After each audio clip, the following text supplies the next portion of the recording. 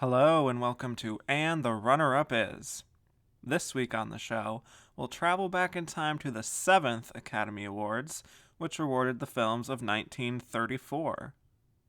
Sidney Franklin adapted the stage play The Barretts of Wimpole Street to the screen, telling the story of poets Elizabeth Barrett and Robert Browning falling in love. The film was a box office hit and went on to earn 2 Oscar nominations, one for Best Picture and one for Best Actress for Norma Shearer. But it was It Happened One Night that emerged victorious in the end to win not only Best Picture, but each of the big 5 categories: Best Director, Best Actor, Best Actress, and Best Screenplay. So why did the Barretts of Wimpole Street come up short? We'll explore all this and more as we discuss how the Oscar almost went to The Barretts of Wimpole Street.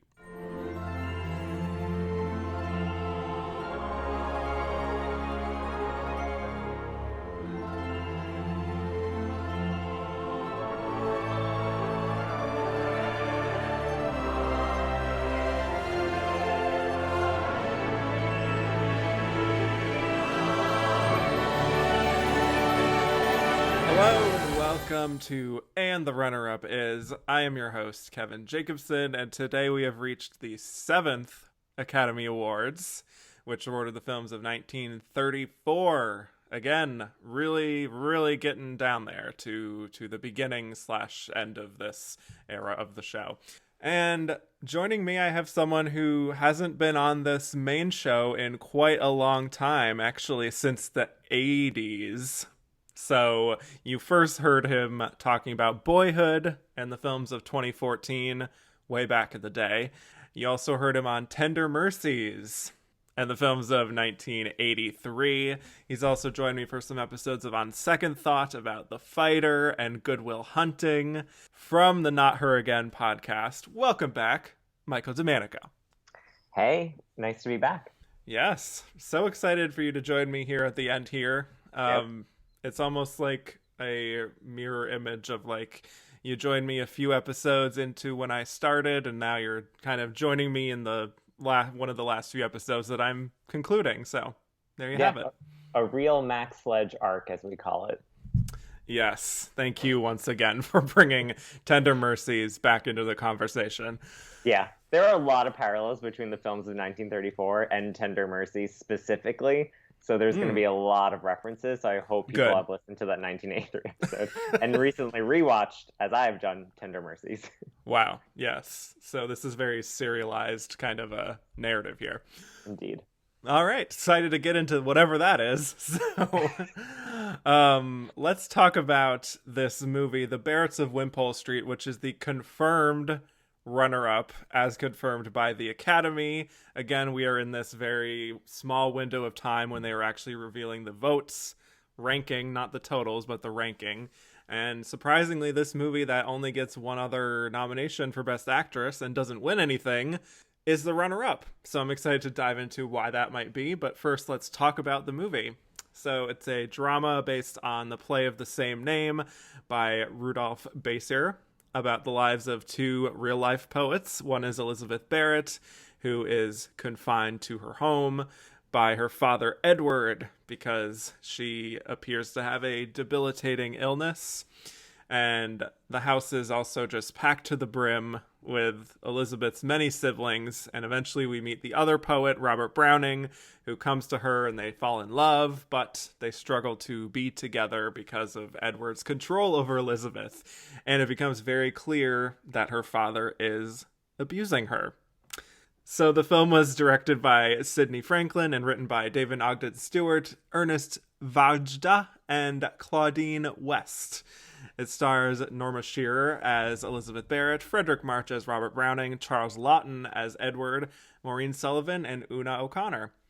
So, The Barretts of Wimpole Street was nominated for 2 Oscars, and while it didn't win either of them, like I said, it did come in second place, not only for Best Picture, but also for Best Actress.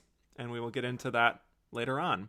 So, Michael, I imagine this was probably your first time viewing The Barretts of Wimpole Street. It's not a film that is like hailed as this classic that everyone must see, but I would love to know your thoughts on this movie, your general thoughts. Yep. So the Barretts of Wimpole Street. Where to begin with that one? You know, like even just the Yes. title really sets you up for an experience, and it's just really interesting to look at this movie. And you know, it made just a ton of money, and like you just have to place yourself in 1934 in the middle of the Great Depression, and you're like, you know what? I have a nickel, and the Barretts of Wimpole Street is playing again. Let's go see that again. Let's go see that like passionate love story between two poets and this incestuous father getting in between both of them, and that is all we have. Like that is our escapism because it's better than what's going on here. So it's a very interesting movie. I think based on a play is like, well, uh, just like the 30s and 40s. I think as you have clearly watched. A lot of based on a play movies, and this is a very based on a play movie. It is a very it's almost like a teleplay in some ways. There's not a lot of filmmaking going on necessarily, but at the same time, it is like it's well told, it's well acted for sure. There are moments of, like very genuine hilarity. Like I think that Maureen O'Sullivan, sorry, she is wonderful as one of the sisters. I think that she like kind of steals the show, if anything. Surprised not to see her get a Best Supporting Actress nomination, but I think that the cast is wonderful. The story is, I mean, when you do genuinely try and understand why people were so drawn to this movie, it does have a very kind of racy plotline going on, like in the subtext.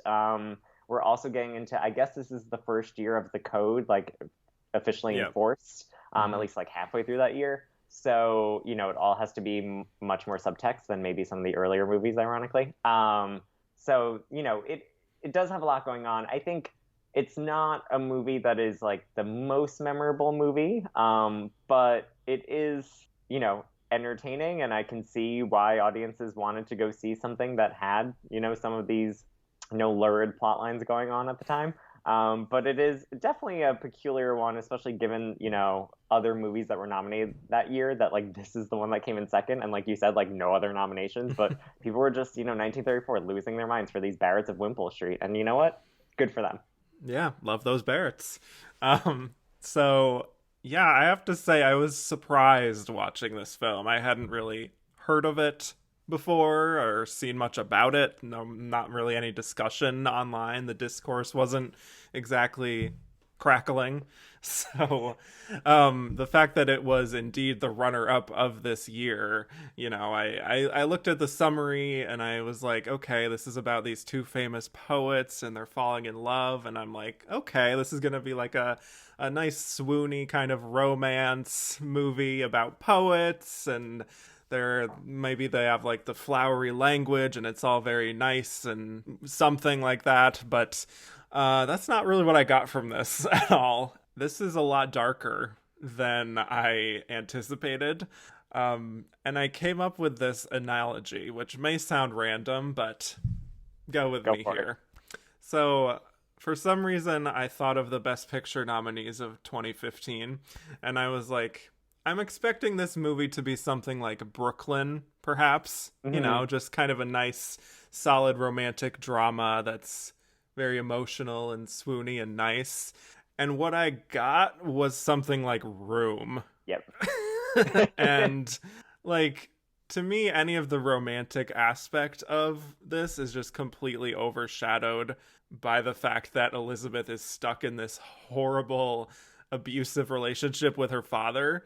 And it's about like how she gets out of this situation where her father has just essentially trapped her, and she has to like find the strength to escape in a way, and I was just not prepared for that, I guess. I mean, this movie does trend into some dark territory in the third act when certain things are revealed, which you've already alluded to, that I was just kind of impressed by. Even though this was kind of on the brink of the production code, as you were saying, it felt like it was really on the edge of like, how far can we take this? We're not really sure, and there's some suggestion of like the way he behaves around her, but it's not like super overt.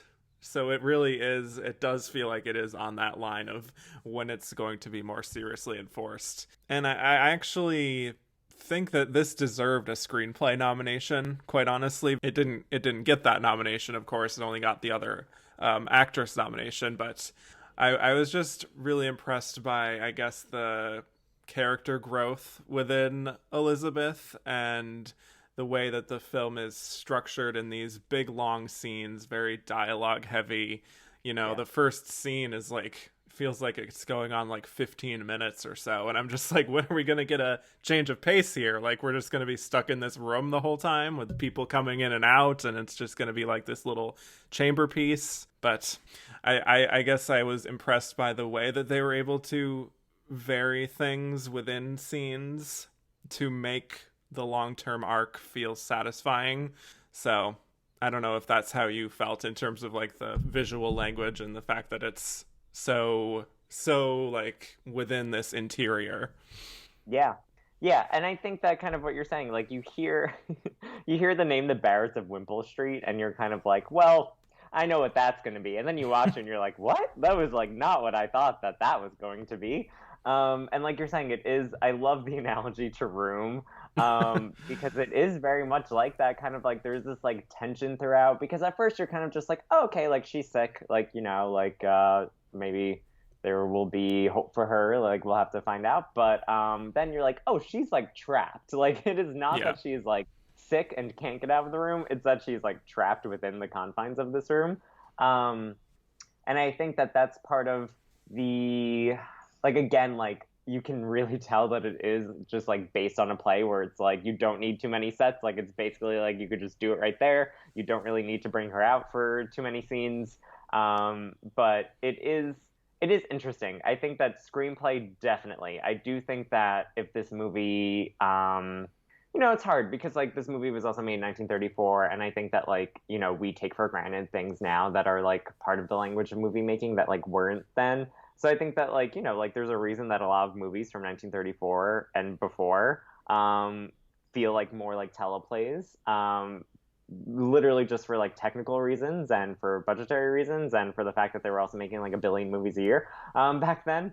So, want to cut down on all the costs. But I think it's a very interesting movie that tells an interesting story. I think that like the directing could have been something that elevated it to a place where we would have remembered this movie and wouldn't have just seen it for the first time because we had to talk about it. Like I think that there's a way that maybe a different director could have more forcefully directed this movie and made just more of an impact with it. But that being said, like the story, like you're saying, the story itself is something worth like going back to watch. Yeah, there's been a lot of talk, especially I think in modern terms, with like Doubt and Fences and these films that feel very claustrophobic and they're only within these one location. Usually there's always the feeling of like, well, it feels a little too much like a stage play. They should have opened it up more, made it more cinematic.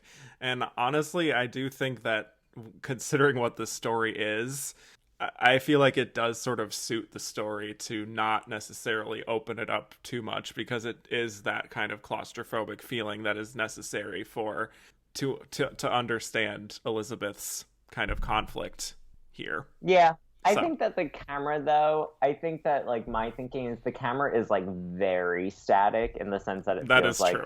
A lot of scenes, it's kind of just like set up there for 10 minutes and then it's like and scene. And like there's not like there, even within the room, there's like not that like movement that you might need in order to get more of that claustrophobia, if that makes sense. Yeah, that's fair. It is a little bit more like, all right, we're rolling. Like we're gonna have like 20 cousins come in now. No one move though. Like you got to be within this frame. Yeah, I suppose it is kind of anonymously directed. Like there's really just it sort of does have that feeling of we're just gonna put the camera in front of a stage play and watch it all play out. Yeah.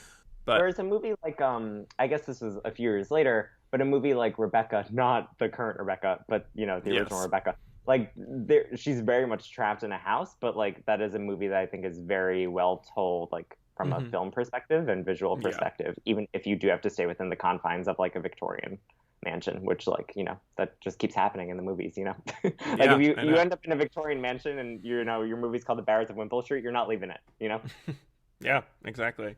Well, for the performances, I feel like there are some here that are really playing to the rafters and just really just going for it as if there aren't cameras here, that they are just like really going for it, and Charles Laughton is certainly the biggest example of that, of really going big with his performance. And then their cousin, who has that God. speech impediment situation happening and is just like the worst person. She is really going for it in a very obnoxious kind of broad way. But then the central couple, I think, Norma Shearer and Frederick March, I think they are much more suited to the rhythms of film itself, and they're able to really play those real intimate moments well enough for me. I just think there's a big difference in the styles of acting happening within this one movie, that it doesn't always feel like they're all part of the same cohesive type of thing. No, I totally agree. Like, Norma Shearer and Frederick March are movie stars, and like that comes across, like they know what's up, they know how to tone it down in a way, like you're saying, that some of the broader ensemble is sometimes like really just like still giving you like they're in the original rep company or something, and they're touring the country with the Barretts of Wimpole Street. Yeah. Well, I want to dive deeper into our lead heroine here, Norma Shearer. I think she's really good, but I'm not like totally blown away, like give her best actress. I mean, I think as an actress in general, she has a very commanding presence, and just her face, there's something very regal about it, and she just has that sort of, I don't know, it's hard to really explain, sort of a real dignity to her, that I don't know if it always works in this character, because she's someone who's supposed to be kind of meek and held back frequently, when I feel like I don't know if I really buy her necessarily as just someone who's gone through years of physical and emotional abuse necessarily. She sort of just feels like she's lounging on her couch. So, I mean, I think in that aspect, it's not like a perfect fit, but I do think she has a lot of great winning moments, and she makes it a sympathetic character enough that I think by the third act, when she really gets to break free and let loose, that she is at her best. So yeah, I would agree. I think it's like you're saying, like it's a good performance, and she's in like basically every frame of the movie. And she, like you said, like she has a very commanding presence, which, like, when you think about the character, like, maybe not the best match to get like such a like megawatt movie star for this, like you're saying, this woman who is almost like a recluse, who's been like held against her will and has like a lot going on with her health that makes her very frail. And unable to, have maybe that commanding presence that Norma Shearer just naturally has. And, occasionally when she has to walk, it feels a little bit like she's almost forgetting that she's supposed to be playing someone who cannot do that very well.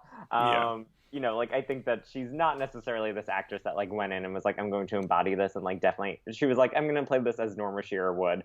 And she doesn't go full method, No. And like at the same time, it's like, again, like just to put yourself in the shoes of all those folks, like that's what people wanted, right? They wanted, like, they get it. Like, she's sitting down most of the time. They get it. They don't need it to be this hyper realistic Joaquin Phoenix. I'm gonna try this out for 5 years before I shoot the movie. Like, it's Norma Shearer's like, I'll show up on the set and you'll put me in the dress and that'll be that.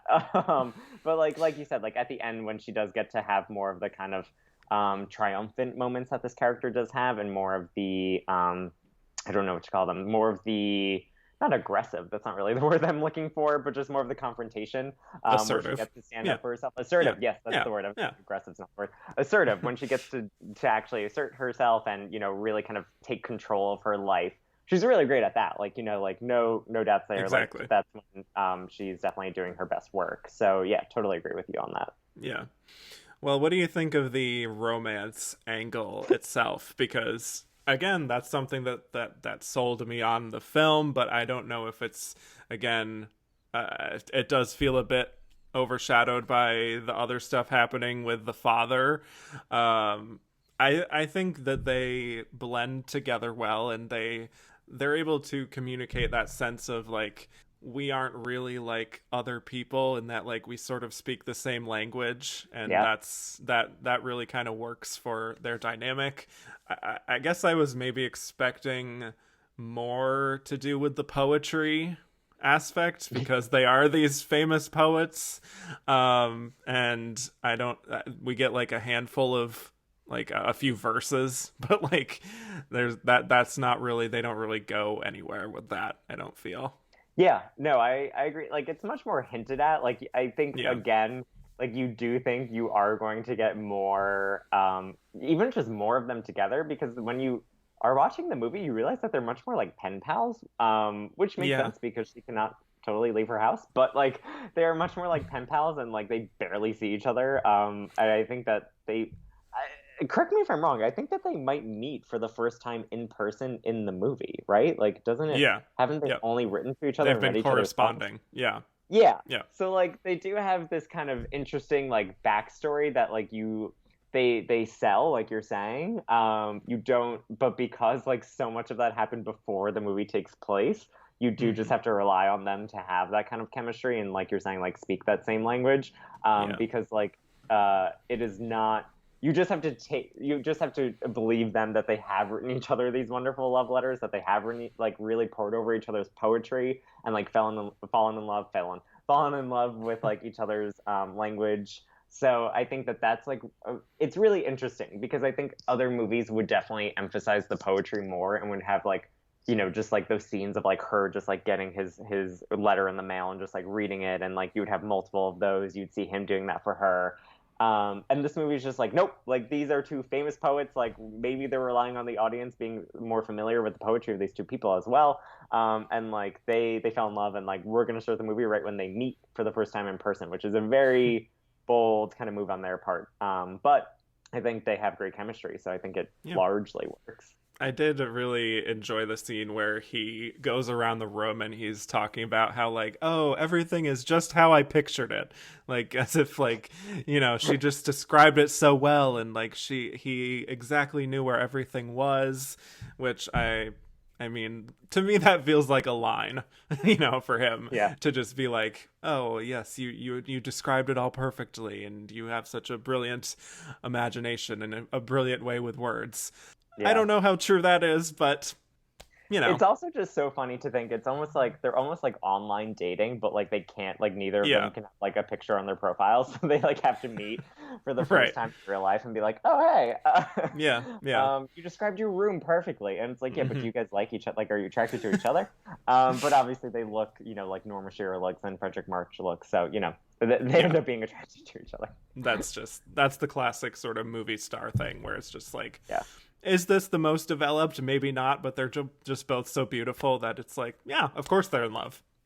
Yeah, like Tom Hanks and Meg Ryan will do that later in movies where it's like they don't know what each Exactly. other looks like in other movies as well, and then they fall in love. Like, you know, you just gotta Of believe course. it. Yeah, exactly. Well, while we're talking about performances here, I did want to just highlight Una O'Connor as her sort of maid slash Oh, right hand woman. I think she's very fun, and if there were supporting acting nominations or that category was available, then that would have been a nice nomination for her. And Maureen O'Sullivan, like you said, is also really good and is also part of the sympathetic aspect of the film for me, especially in that third act when she is dealing with the abuse from her father. It's really affecting work, you know. So I think this is a yeah. good ensemble overall. And Marina O'Sullivan also just has like a hilarious subplot with like her potential suitor, Yeah. where there's that scene where she meets him on the street and she just keeps cutting him off. Like she's kind of like asking him how he feels about her, and she's like, "Don't tell me." And then she just keeps doing it, and it feels very like, I don't know, almost like Diane Wiest in Bullets Over Broadway or something. Like it's just like it's a Don't very speak. yeah, Yes. it's very, very funny. And then, like you said, she's very much the sister who is like most, who it seems like has also lost the most outside of Elizabeth, but has Yeah. also kind of lost the most to this father. Like she is like actively losing this suitor who wants to marry her, and is obviously now losing her sister. And so I think that she, like you said, it's a very affecting performance, and especially in that final third when she is kind of the one most forcefully standing up for Elizabeth because the other one's much more quickly cowered to their father, and Yeah. she definitely stands up to him a lot more. And in the beginning of the movie, she doesn't. Like she actually goes to get the medicine that she knows her sister hates because her dad like yells at her and tells her to do. Like she does grow over the course of the film to be like, no, like, Yeah. it can't deal with this either. Right. And I just want to also speak to Charles Laughton here a little more because I feel like I was a bit dismissive of his performance, but I really do think he is something here. I mean, we talked about him a lot on the 1935 episode where he had his 3 big movies that year, and this is another one that he just totally commits himself to this character. Again, almost to the point of overpowering everything else that's happening in the movie.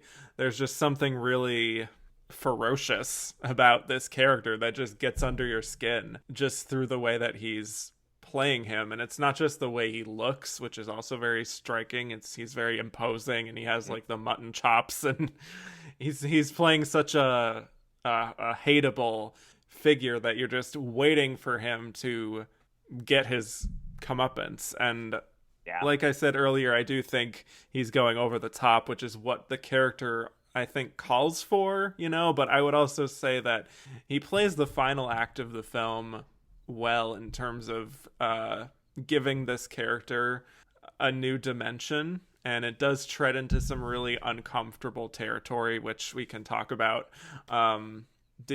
What did you think of his overall performance, even beyond what we were saying in terms of like the mismatch of acting styles? Yeah, I think that he does a good job in the sense that I can't tell if this is annoying, but I'm about to reference another movie, but like I think that it is not at this level, but in a movie like Precious, when you have the mom who finally like is a monster for most of the movie, and then has a scene where it's kind of like, oh, okay, like you get why, even if you think that she still maybe treats people terribly. This movie, like, he does not have that level of I don't know, it never comes quite to that level where you're like, oh, I get it, because it's kind of like maybe just the circumstances of the character less sympathetic, and his actions more vile. But I do think that, like you said, like he does try and find this balance where at the beginning it is pretty one note, like whenever he comes into the room, he's just gonna scold them for whatever, it doesn't matter what they were talking about, he'll just say, don't do that thing. And then as the movie goes on and you learn more about the history of these characters, you do get more of a sense of like the absolute like loneliness that drives him, or the fear of loneliness that drives him, which is why he keeps everyone in like such close quarters and doesn't want any of his children, let alone his favorite child, to leave. And he has a very convenient excuse with her that she is not well. And he's willing to risk her life by keeping her in England when, her doctors are like, this is actually a terrible climate. It is England in the 1870s. Like, this is not good for her. Like, she's not doing well. Like, send her to Italy or something. And he's like willing to sacrifice like years off of her life in order to keep her. And there is like a real like twisted melancholy to it. But I think he gets at that. Again, it's not because the character is so vile, it's not something where you're like, aw, but it is something where it does add a layer of depth to a movie that could have just, and maybe even an actor that could have kept him much more one note and much more just like the scold. Like, he's not really just the scold, he's like a very interesting monster. Exactly. Yeah. Well, let's talk more details about this third act. I feel like we've been tiptoeing around sort of exactly how dark it treads into, but the way things develop, where Elizabeth and Robert, they're growing closer, and then her sister Henrietta is also having this relationship with another man, and she invites him over, but then the father comes home and he kicks him out, and then he basically manhandles Henrietta, just like grabbing her wrists, and Elizabeth stands up to him, but there's this moment where he speaks very vaguely about some of his primal issues and urges, I guess.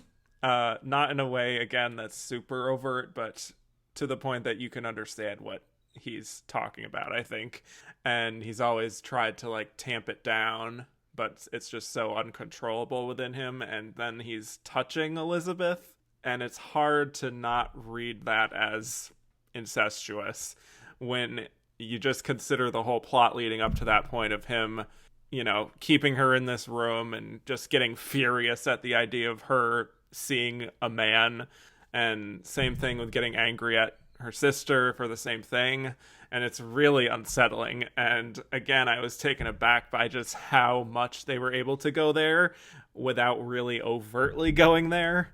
And I know this was on the inflection point, like I was saying, of when the production code was enforced, but I would imagine that this would have been less overt, or maybe just the nature of the Edward character would have been changed around a bit to veer away from all of this incest aspect, just to be like, you know, the audience will not be comfortable with this.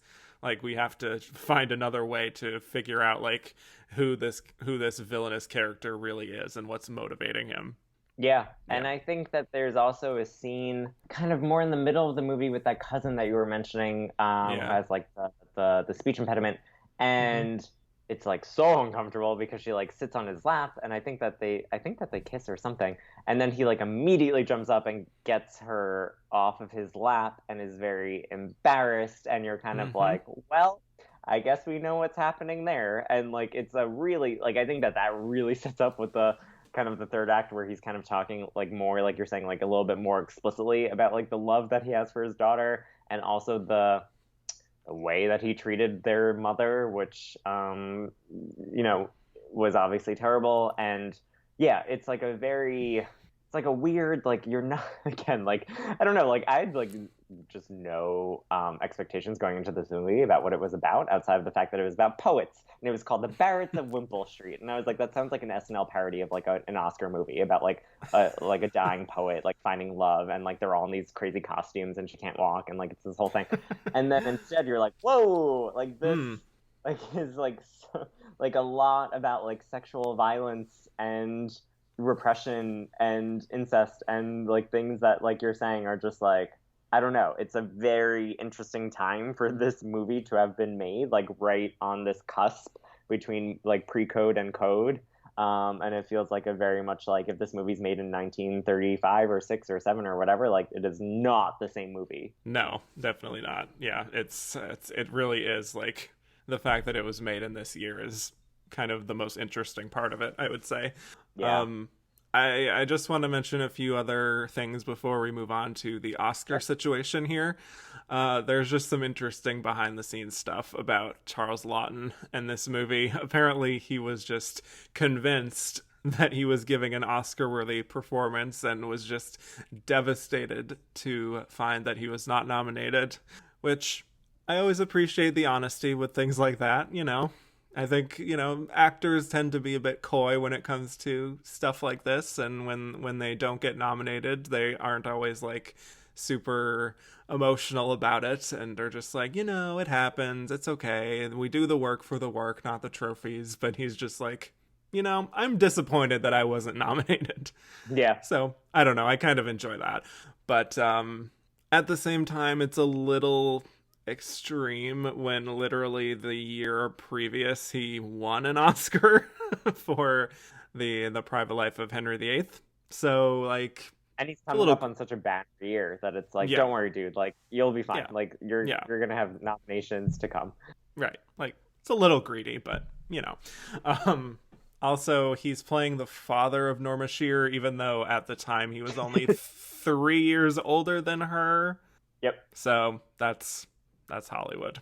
I don't know what to where to go with that, but I kind of like that it's the reverse, where he's playing her father as opposed to like, that's true, she's playing his mother. Because I'm like, I feel like the stereotype more is that she would play his mom, even though she's like 3 years younger than him. Or they'd be like, you know, you're the mom, put on a gray wig. But like with this, they're like, he looks pretty old. Just put some mutton chops on him, and he looks even older. Yeah, which I mean, I sort of do. I think that his appearance does age him a bit, I would say. So sure.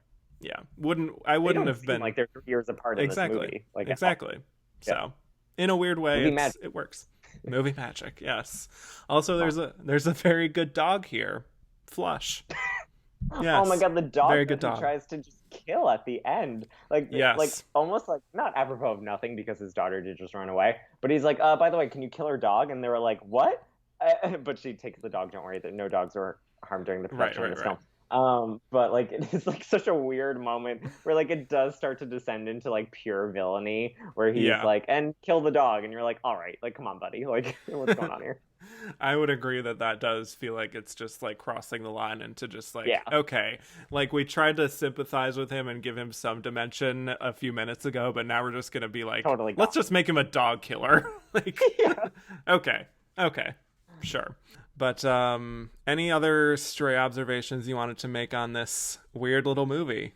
I mean, I think again, it's just such an interesting movie to think that like it was really successful at the box office, like audiences seem to respond to it really well, and it's just like such a fascinating weird little movie that like when I was logging on Letterboxd, I was like, oh, the one person who has also logged this movie is Kevin. So like Yeah. I think it has been kind of forgotten to time, and I think that it is a pretty interesting artifact. I have to say I was surprised by how interesting I found all of it, and the fact that like things that were happening were indeed happening, and that I wasn't going crazy. And I like definitely had to rewind once or twice to be like, wait, what? Did I like hear that right? Like are Yeah. they really trying to imply this? And then I was like, oh yeah, no, they're going for it. Yeah. So I think it's an interesting artifact of the time, and I think like again it is this very interesting movie that straddles this like code pre-code line where it's like, it's obviously, if it were made today it would be called Room, and it would be totally different. And if it were made 3 years later, it would be like, I think, even more stripped down as the code solidified and Yeah. got stricter and people were following the rules more.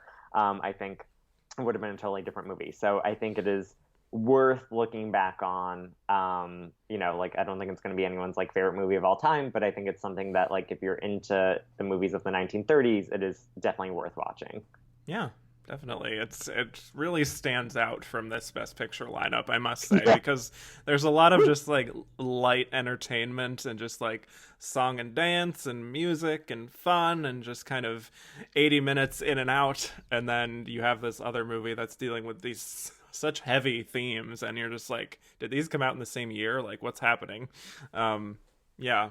The only other thing I wanted to mention is this film does have a little bit of a place in history with a certain Variety headline from 1935, Yep. which has its own Wikipedia page, by the way, which is Sticks, Nicks, Hick, Picks. Bafo, as I would say. Yes, a Bafo headline, truly. And that is the famous Variety speak, which is to say that rural moviegoers did not want to see movies about themselves, basically. They don't want to see movies about farmers. They just want to see movies about, like, whatever the hell these Barretts of Wimpole Street are going through. And that is one of the films mentioned as an example of this film was unexpectedly a hit with rural folks and not just like the coastal elites that you might expect to enjoy this movie more than middle America. So Yeah. it does have a place in history. Also, Sticks, Nicks, Hick, Picks is also parodied in Animaniacs. And if you want to see that, it is on YouTube. Just search Variety Speak. So, on that note, let's move on to the Oscars of 1934. And when we come back, we'll be discussing why It Happened One Night won Best Picture over The Barretts of Wimpole Street and plenty more. Wilson, are you my friend? Your friend? Yes, I'm very much in need of friendship and help at the moment. Oh, I'm not fond of you. I'd do anything to help you, Miss Barr. Wilson, I'm going to marry Mr. Browning. Marry? Shh. Does he know? No, and he mustn't. Nobody must. I should just think not, indeed. Oh, Miss Barr, I'm not glad. After we're married, we're going to Italy. And Mr. Browning would like to know if you'll come with us. To Italy? Yes. Will you come? Well, miss, I don't see as how I can help myself. Not that I hold with foreign parts, I don't, but husband or no husband, you'd never get to Italy alive without me. Thank you, Wilson. Now, I want you to take a letter right to Mr. Brown. You'll have to take a cab at once. A cab? Yes, go and get on your things, and I'll have it finished by the time you're ready. Hurry. But, Miss Barr, is it to be at once? No, probably not for a month or so. Be quick now. Yes, miss. I'll bustle, miss. But, Miss Barr, it is not to be for a month. Oh, yes, Wilson, I know I'm absurd, but I may lose courage. Besides, I believe Mr. Browning will be glad to get my letter. Oh, I'm sure he will, miss. And we're back. So now we'll be talking about why the Barretts of Wimpole Street lost Best Picture to It Happened One Night. And the Barretts of Wimpole Street was nominated for 2 Academy Awards, Best Picture and Best Actress for Norma Shearer. Didn't win either of them. But, as I said at the beginning, it did come in second place, according to the Academy, for both categories. So it truly is a runner-up through and through. Again, precursors don't really matter at this time, but It Happened One Night did win the National Board of Review Best Picture Award, and that's pretty much all we had for precursors, so there you go. But I did read that the Barretts of Wimpole Street did come in first place with the Film Daily year-end poll of 424 critics as the best film of 1934, so the critics loved it. It was a hit with critics. So, all right, why do we think the Barretts of Wimpole Street was not our Best Picture winner, and why do we think It Happened One Night not only was our Best Picture winner, but the first ever sweeper of 5 Academy Awards? Yeah, so I guess on like a very like technical level, like you just mentioned, It Happened One Night gets nominated in a bunch of categories. Like it is this like big movie that's a big moment for both of its stars, for its director, for its studio. And I think that really elevates this movie a lot. And Barretts of Wimpole Street, as popular as it was in Middle America, like I do think that you can see that like people like really respond to the movie itself, and maybe you don't respond to all of it or the performances or the writing. Like I think that there's kind of just a clear. It's not like it was like neck and neck in nominations and losing out on all these categories. It was kind of just like, well, it's nominated for Best Picture, great movie, we love those Barretts. But like ultimately it would have been pretty shocking, I think, given where the state of the race was, if Barretts of Wimpole Street had like pulled out a win.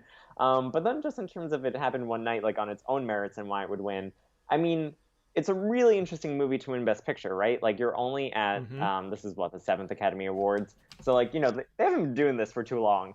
And I think that now we have very much solidified an idea that, like, you know, comedies are not movies that always play well with Oscar voters. They do not often win Best Picture.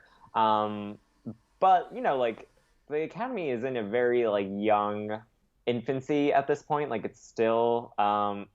is this, like, the final year where they're also... Or is this the first year where they're doing the full calendar year? Because they had also been figuring out, like, when movies were released and eligible. Like, they're still, like, figuring things out. And I think that It Happened One Night just comes along at the right time, right place kind of thing, where it's like, you know, it is a popular movie with like 2 stars that everyone wants to work with, a director who's like on the up and up and like doing really well for himself. And I think that, you know, I think that there was a real admiration for a movie that started to like change what comedy could be. Like we're also just not even that into like the era of like sound comedy films. Like we're only what, like 5 or 6 years into that. Like, and I think that It Happened One Night is like, in the way that the Barretts of Wimpole Street isn't, It Happened One Night, a lot of the success of that movie is the directing. Like the directing of this movie is incredible. Just like the visual elements of this movie are like still referenced today in movies. Like the character archetypes are still like this is a movie that has been like remade, not in the sense that like it's literally been remade, but like elements of it are constantly taken and adapted, and that's the whole thing, right? Like good artists like borrow and like great artists steal. Like people are always stealing from It Happened One Night, and a lot of that has to do with Frank Capra's direction. A lot of it has to do with the script of putting these 2 movie stars in it who have to play like opposites that you know will fall in love. They have this amazing chemistry. They both have... And they're both, like, I think what's so interesting about this movie is that they're both not good people, in the sense that, like, they're both a little bit hard to root for. Like, you kind of get where she's coming from, but she's, like, you know, incredibly spoiled and, you know, not the most generous person. He is, like, totally using her for a story, but, you know, a little bit more of, like, the hard worker kind of guy that you can maybe empathize a little bit more with. But, like, they're both, like, there's... neither character is like black and white, like good or bad. And I think the boring comedy movies or romantic comedies tend to be like, both of these people are good and we're just putting obstacles in their way until they eventually overcome them and fall in love. But like, here's a couple of misunderstandings. And it's like, no, these are 2 people that each have their own issues. And still, at the end, you get why they come together. And I think that is something that, you know, to this movie's credit, it's like, that's hard to pull off. It's hard to pull off these two characters falling in love and getting the audience to root for them when she's also leaving her, fiance for Clark Gable. Like it's hard to pull that off. And I think that, again, just a lot of it has to do with the way Frank Capra directs it and directs their comedy moments, and just like the visual storytelling throughout, whether it's like when they're hitchhiking or the way that they always split their rooms when they're on the road together, just the comedies, like the moments that happen on the bus. Like there are just so many moments that happen that are so memorable because of the way that they're told by Frank Capra. So I think that this movie was just like right time, right place kind of movie. Yeah, definitely. And I will say I'm excited that I can talk about a Best Picture winner that doesn't really fit the mold of what I've been saying every single week with the 30s and the 40s when I talk about what won Best Picture, which is that like it has this big epic scope, and it's maybe it's a biopic, maybe it's like a big social drama, any of the classic tropes that sometimes even continue to this day that people associate with Best Picture. This is just a straight up romantic comedy. It's a screwball comedy, which hadn't even really, again, like you were saying, hadn't really been a thing very much up to that point. And this is one of those that's very much associated as like, this is a fundamental screwball comedy that people can go back to and basically use it as a template. Like I look at this and I see Roman Holiday and I see When Harry Met Sally and I see all of these different romantic comedies through the decades that sort of borrow from this formula and tweak it in their own ways, but have that fundamental style that you were talking about, which is all of the really interesting dynamics that it feels like the two of them both get their own comedic moments to like be charming and funny and winning, and it's not like this thing where he's always right and she's just like this dumb rich person who doesn't understand the way the world works and she's just a total idiot or anything. It's like they both have their own winning moments, and I like that there is some equality there that you don't always associate with Hollywood in terms of classic cinema, at least. So I love that. I love the two of them. Clark Gable and Claudette Colbert both win Oscars for comedic performances, which doesn't always happen. Yeah. But again, I watching it just this past week, I just see all the range that they're given to create these very complex human beings that are not just like the whatever two-dimensional stereotype of, this guy's more lower class and just chasing the story, and this woman is, just a rich person who doesn't know what's happening. I just feel like when you chart their journeys, once again talking about like charting an arc, I think both of them have really juicy material to work with, and that is part of why I think it does sweep in the end. Yeah, I mean, the hitchhiking moment is fantastic, when she's revealing her leg, and it's very, like, saucy, which is fun for the time period. And then just the way that he is able to manipulate everyone around them, like that guy who sees her in the newspaper, and he just, tries to maneuver his way out of, getting him off the scent, basically. So, yeah, huge fan of this movie.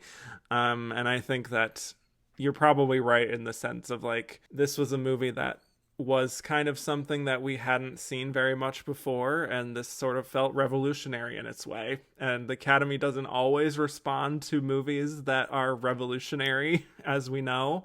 They sometimes tend to fall back on the old classic type of drama that they know and love. But here I think it's a clear example of like, okay, this is a movie that is going to be clearly fundamental for years to come in Hollywood, and they probably couldn't even imagine how much impact this movie would have.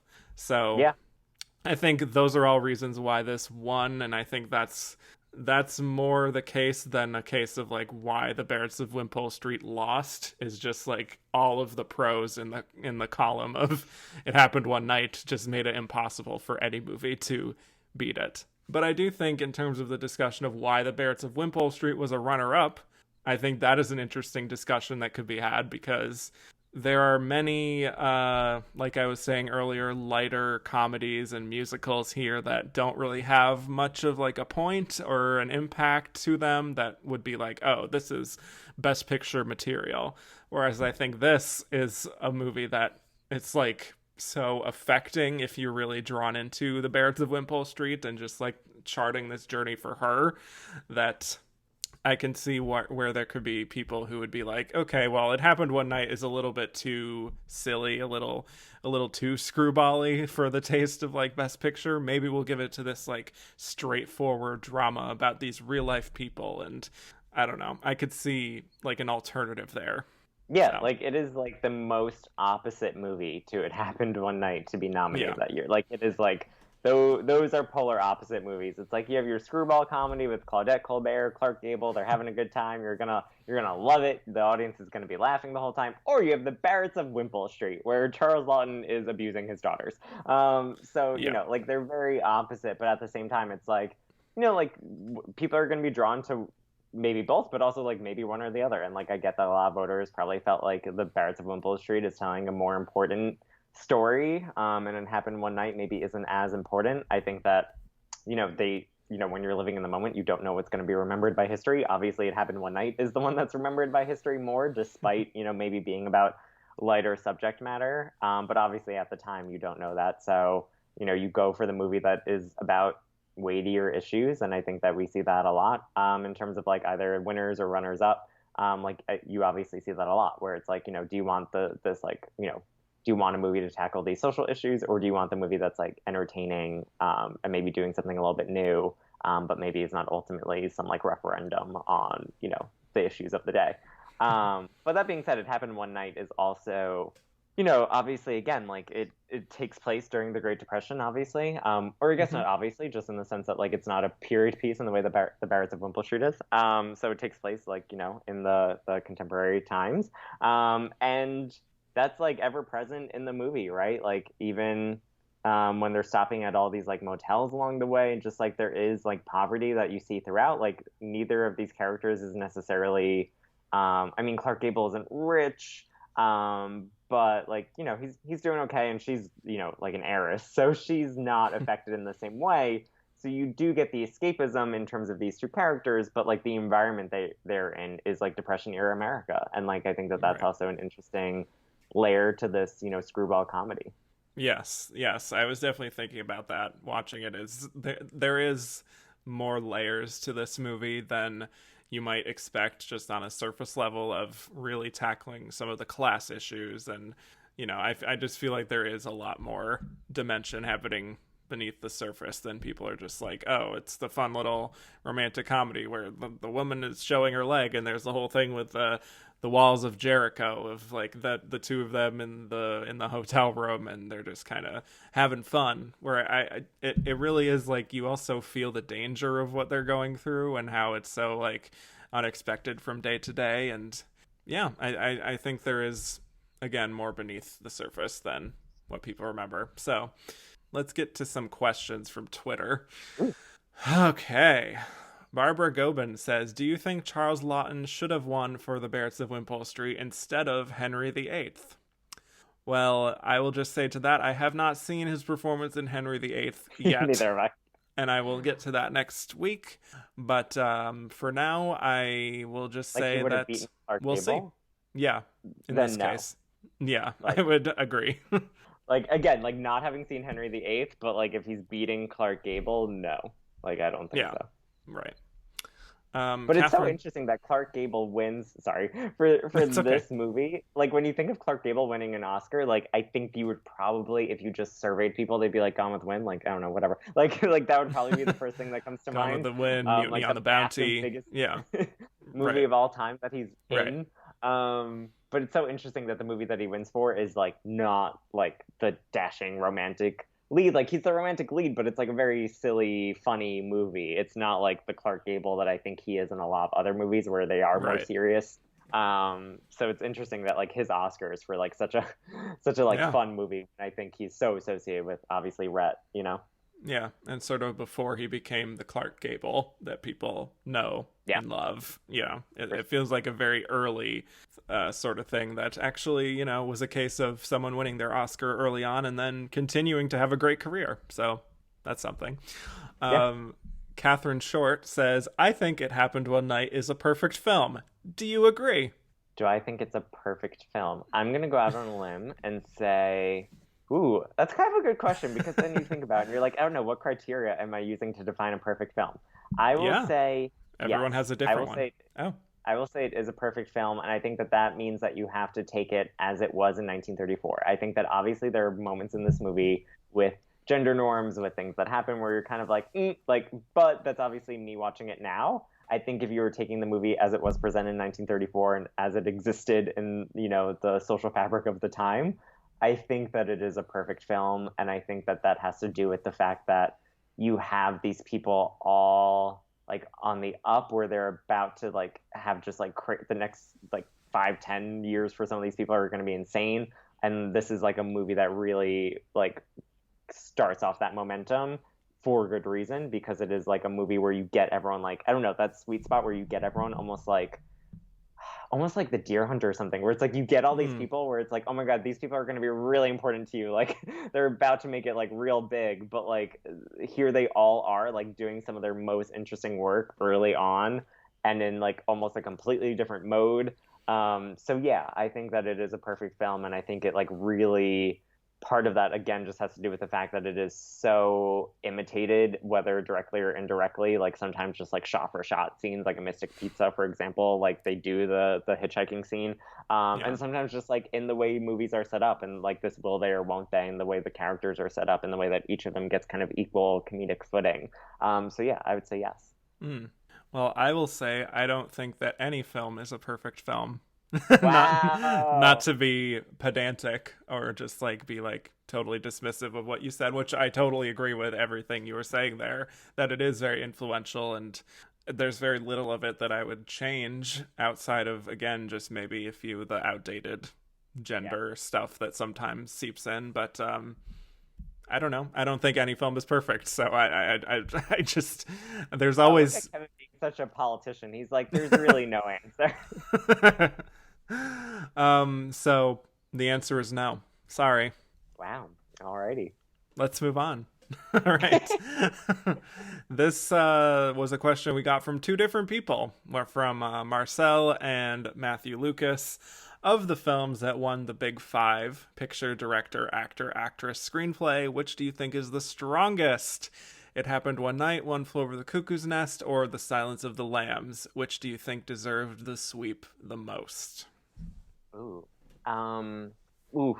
Okay. I'm actually choosing between two, so I think that the one I'm not choosing between is the one that I'll reference first. Okay. I'm not considering Silence of the Lambs, which I think is maybe surprising. Okay, go into it. I'd love to hear why. I think maybe It Happened One Night is maybe the strongest that has done all of that.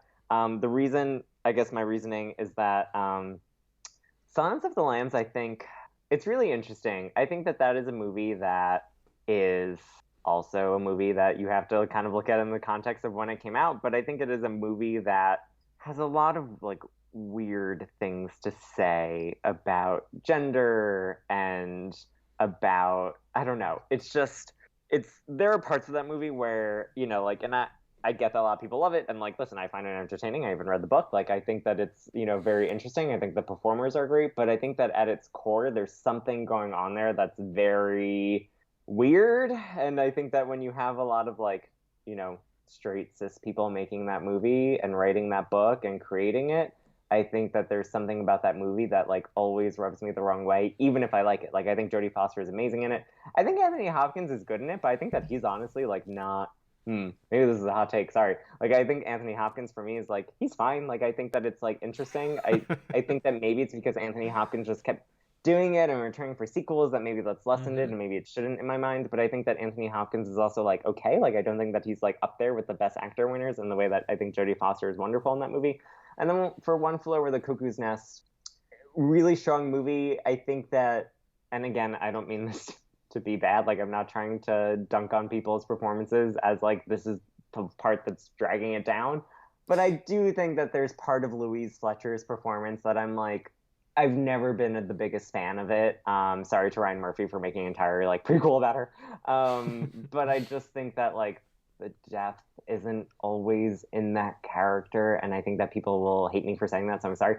But I think that, like, It Happened One Night, I'm like, each one of those wins I think makes a lot of sense, and I can see why. I can see why just on its own merits. I can see why against the competition. I think One Flew Over the Cuckoo's Nest and Silence of the Lambs just both have too many things going on for me where I'm like, I could have swapped out maybe a winner here or there, or I didn't like this performance necessarily, and like I don't know. But that's my take, which I think is like maybe blasphemy for some people. So again, apologies. What do you think? I don't know.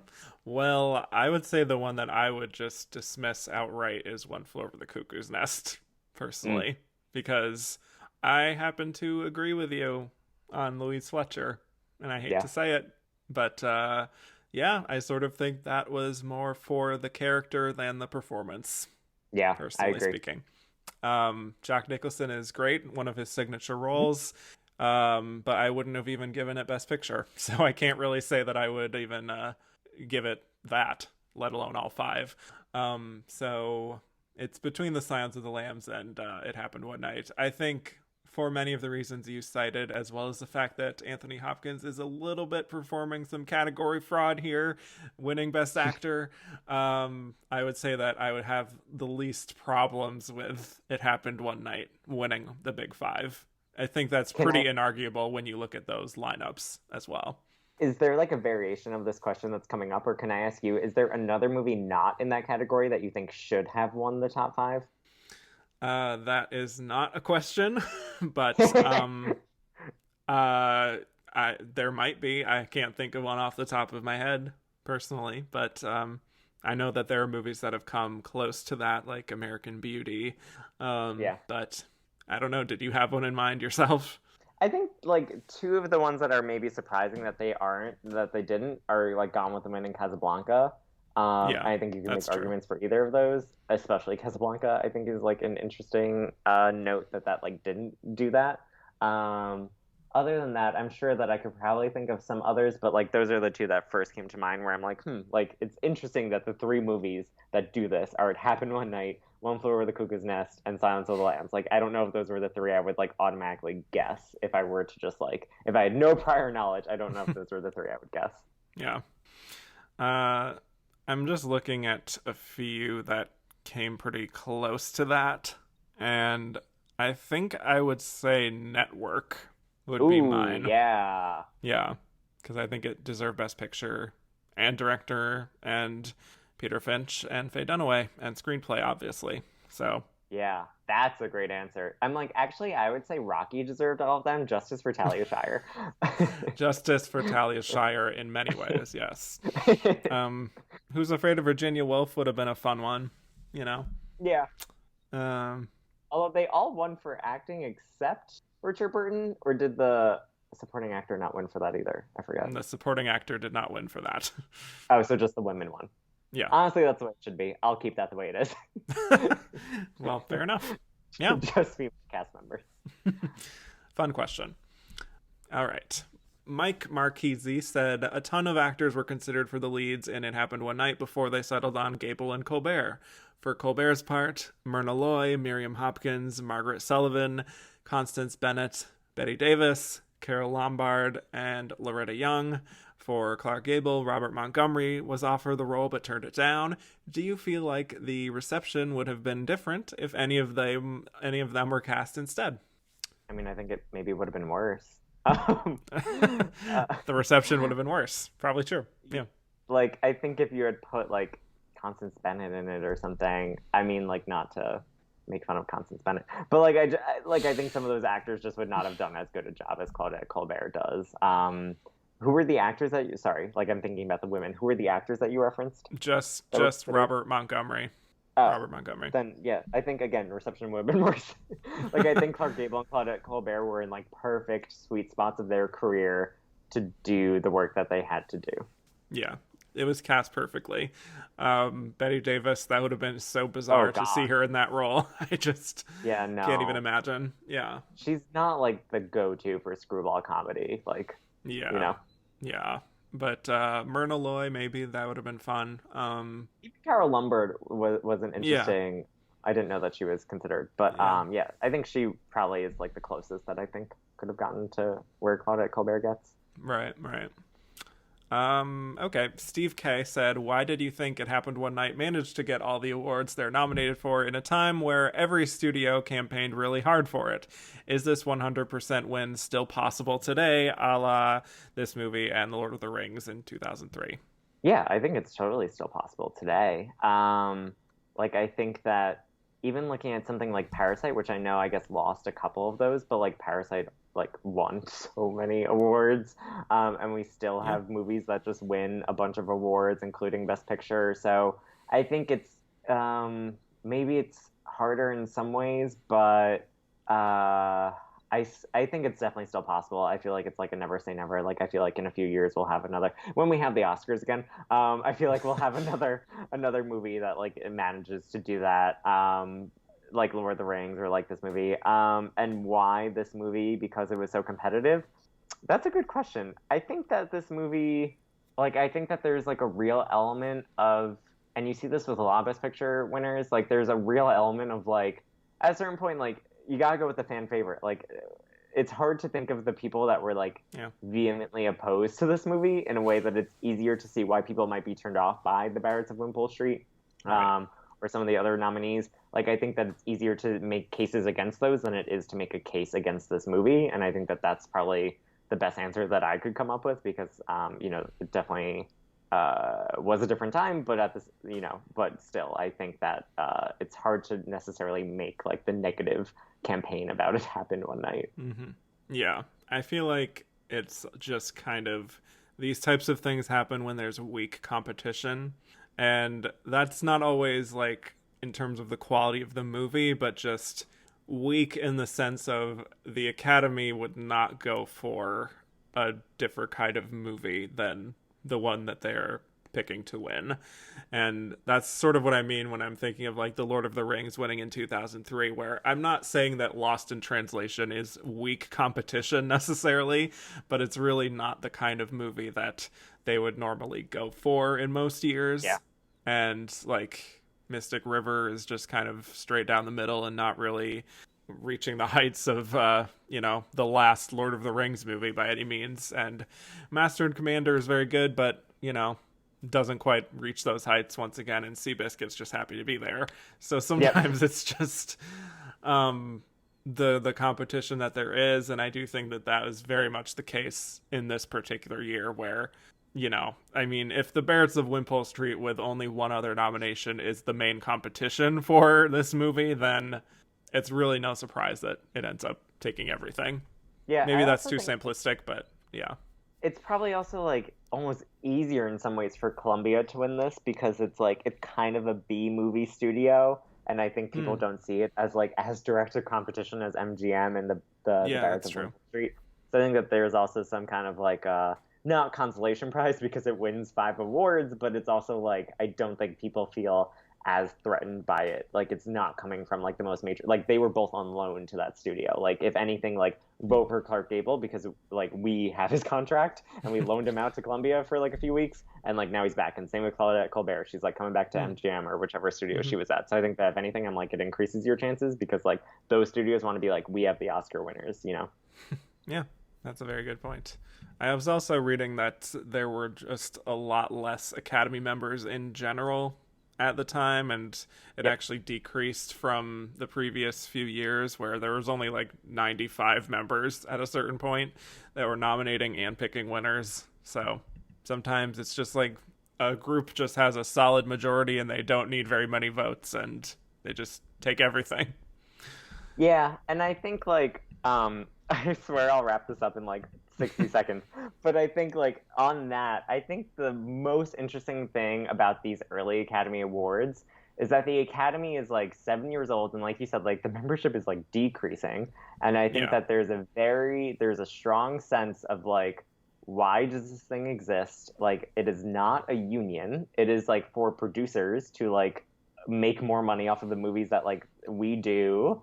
And I think that you have to put it in the time of like, it's the 1930s, it's the Great Depression, and like labor unions are, you know, obviously very politically active, and you have this thing come along that's created by a lot of the power players and again a lot of the producers and non-union folks to like not necessarily just to drum up ticket sales, but like at the end of the day, like an amazing benefit of what they do is drumming up ticket sales and making these people more popular. And I think that when you look at the Oscars like that, it's a lot of just like cementing who the stars are, who the studios want to pick, and who the producers like feel confident in like betting a bunch of money on their future movies. And I think like Claudette Colbert and Clark Gable, their careers speak for themselves, and it made a ton of sense for them to be like, and here's an Oscar to go with it. So now every time we put in the trailer, like Clark Gable's in it, we can put like Academy Award winner, or we can like just amp you up more, or like you're more of our cover star. And like I think that the Academy is at this like very interesting inflection point where I think that there are even questions of like, it's almost amazing that it survived, because I think that there was a lot of like infighting about the fact that it was not a union and it was this almost like quasi producers guild. And like it was not fighting for labor rights, and it really was designed to just like make these people more profitable in some ways. I mean, like I'm oversimplifying it, but I think that there is like a very strong case to make that is a lot of also what's happening in these early Oscar years. Oh yeah. Yeah, absolutely. And it is interesting reading even some of the articles of that time period where I feel like we see a lot today where people are like, do we still need the Oscars? Are they still relevant? Like, they're not what they used to be. There's all those columns every year that people tend to write. Or there's just, like, comments under Twitter threads of people like, who cares? You know? But even at the time, there were people who were like, well, I feel like the Oscars are really past their relevancy at this point. And this is like the 7th awards show that they're doing. And they're just like, well, maybe we should think about wrapping this up. Like, this isn't really working out. So the 30s were like a wild time for the Academy Awards. Yeah. And there are certain decades that really call into question, like, should we still be doing this? Like, I feel like the 70s were a big time of like people protesting by not going and making political statements. Right. So like, people just didn't show up. They were like, no, I was on Broadway, or some of them were like, I just didn't want to go. Like, they're just kind of above that, you know? Yeah. So it's interesting how that tends to come in waves. And it's not a recent thing. That is something that, you know, I've certainly been discovering on this show, is that, like, the whole thing of, like, do the Oscars still matter? That's something that's been happening, that discussion, all the way since the 30s. Since really its inception, people are like, is this necessary? And yet, here we are 92 years later. Like, who is this benefiting? Right. So, okay, well, let's move on to the 10 other Best Picture nominees. Yes, so I know you already told me that you didn't watch all of these, and that is not a requirement of my guests, so I don't want people to get mad that you haven't seen every single one and have, like, detailed thoughts on all of them. People can get mad at me, that's fine. Okay, well. I'm like, send me mean tweets, fine. Okay, here we go. Let's talk in alphabetical order here, starting with Cleopatra. Speaking of Claudette Colbert. So, she is the star here as the Queen of Egypt herself. You know, the classic cast of characters, Mark Antony, Julius Caesar, the whole gang's here.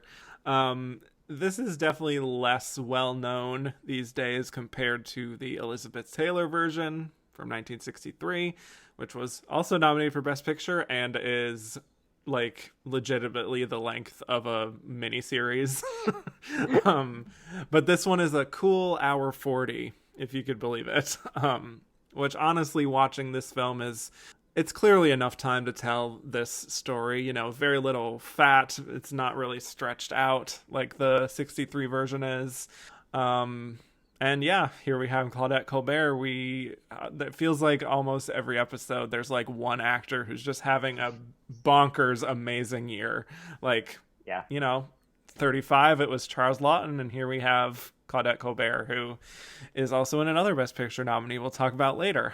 But yeah, playing Cleopatra, I do think she's better than Elizabeth Taylor. She has a seductiveness here that makes her very compelling to watch. There is still some controversy when it comes to Cleopatra of like, was she white? Was she light-skinned, as she's always portrayed in the movies? She doesn't particularly read Egyptian, I would say. You know, this is just like a French actress here that is playing an Egyptian woman, but I don't know. That's customary for the time, I suppose. Not that I'm excusing it, but it's commonplace. But I enjoyed this. It's not like high art necessarily. It's very just like spectacle. This is Cecil B. DeMille, so you come to expect that. But yeah, it just really turns up the dramatics, especially in the end where people are getting stabbed, and it's just it's kind of fun in its own way. And I do like that it has the decency to not be 3 hours and 30 minutes. So weren't they going to make like a new Cleopatra musical with like Angelina Jolie or Catherine Zeta-Jones? I think both of them were like bandied about as like potential Cleopatra. And Lady Gaga. That? Was that like a fever dream that I had? Yeah, that, like that was happening? That's very true. That was happening, and Lady Gaga was mentioned as a possibility. What's going on? Yeah, I think that's not a great idea. Let's just leave this property alone. Yeah, like, do we have to keep telling the story of Cleopatra? I don't know.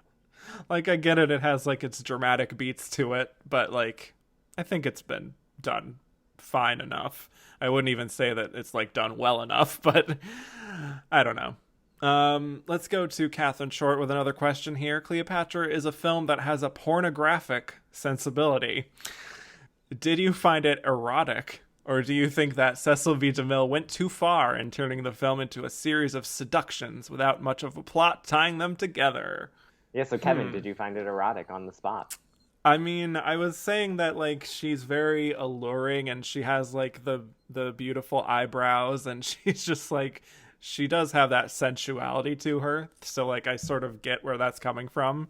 And there are certain scenes where it's, like, this feels a little bit like it's turning into an orgy, and I'm like, okay, I don't know how I feel about this. Not that they're showing any, like, skin very much, but it's just very, like, you know, the way they're moving, it's very getting to that point. But yeah, I mean, I there's a lot of plot in the story of Cleopatra, so I thought that there was more to it than Catherine Short seems to be suggesting. Yeah. Gabriel Guarin said, Cleopatra 1934 versus 1963, which is better? 34, as previously stated. Easy. I've never seen the Elizabeth Taylor version. Well, I have no desire to, but if you want to be an Oscar completist and watch every Best Picture nominee, then enjoy your one full day that you have to take off to watch that movie. I actually did not watch that in its entirety in one sitting. Full disclosure, I absolutely split that up into multiple hours, multiple days. So, okay. Jackson DeStefano said, Cleopatra, do you prefer Claudette Colbert or Elizabeth Taylor, both in terms of the films and the actresses? In both cases, Claudette Colbert, 1934. Yes. So, yeah. If you've seen the 1963 Cleopatra and you just feel like, I can't do this again, I don't blame you, but I do say that you should try this out because I do think there is a level of, like, grandeur to this while also not necessarily having to be this bloated runtime that does, I would say, suit the story pretty well. So that's that. Are there, like, big Elizabeth Taylor as Cleopatra, like, stans? I feel like I think there are Elizabeth Taylor stans. Yes, then transfer that to their love of that. But I don't know. It's pretty divisive, to say the least. Okay, let's move on to Flirtation Walk.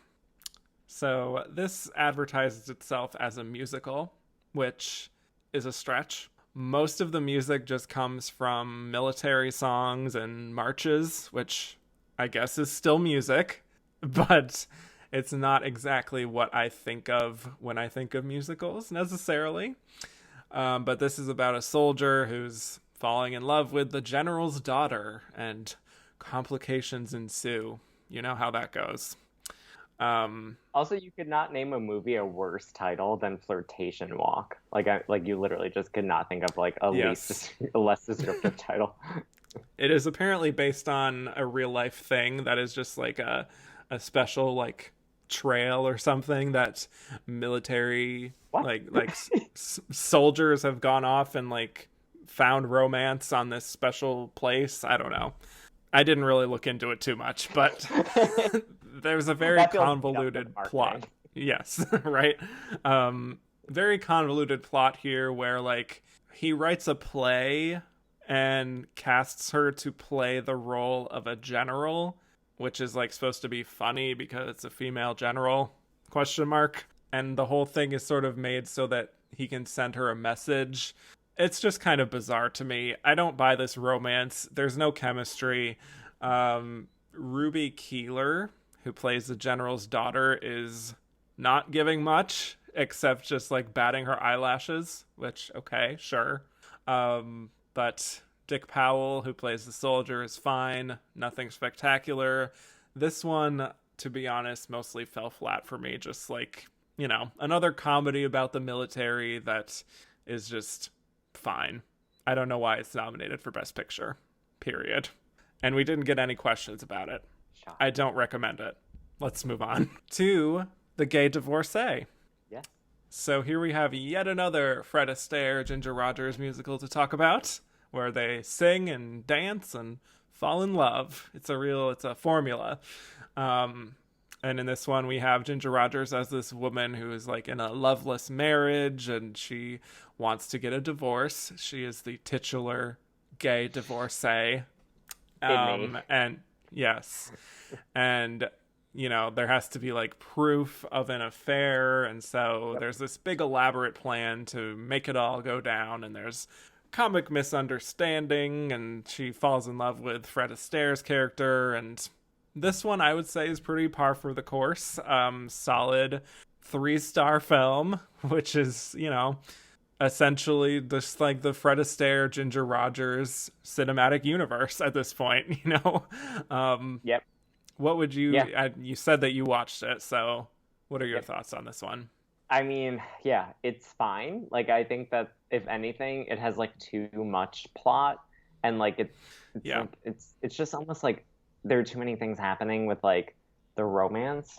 And you're kind of just like, we know that you're using these like weird plot machinations to like get to the dancing sequences. So it almost feels like it's very like, it like is trying to tell this like weird, like you're saying, like romantic story where she's like falling in love with Fred Astaire, but has to like blame her husband for having an affair so that she can get the divorce and that like she does not like violate anyone's like morality.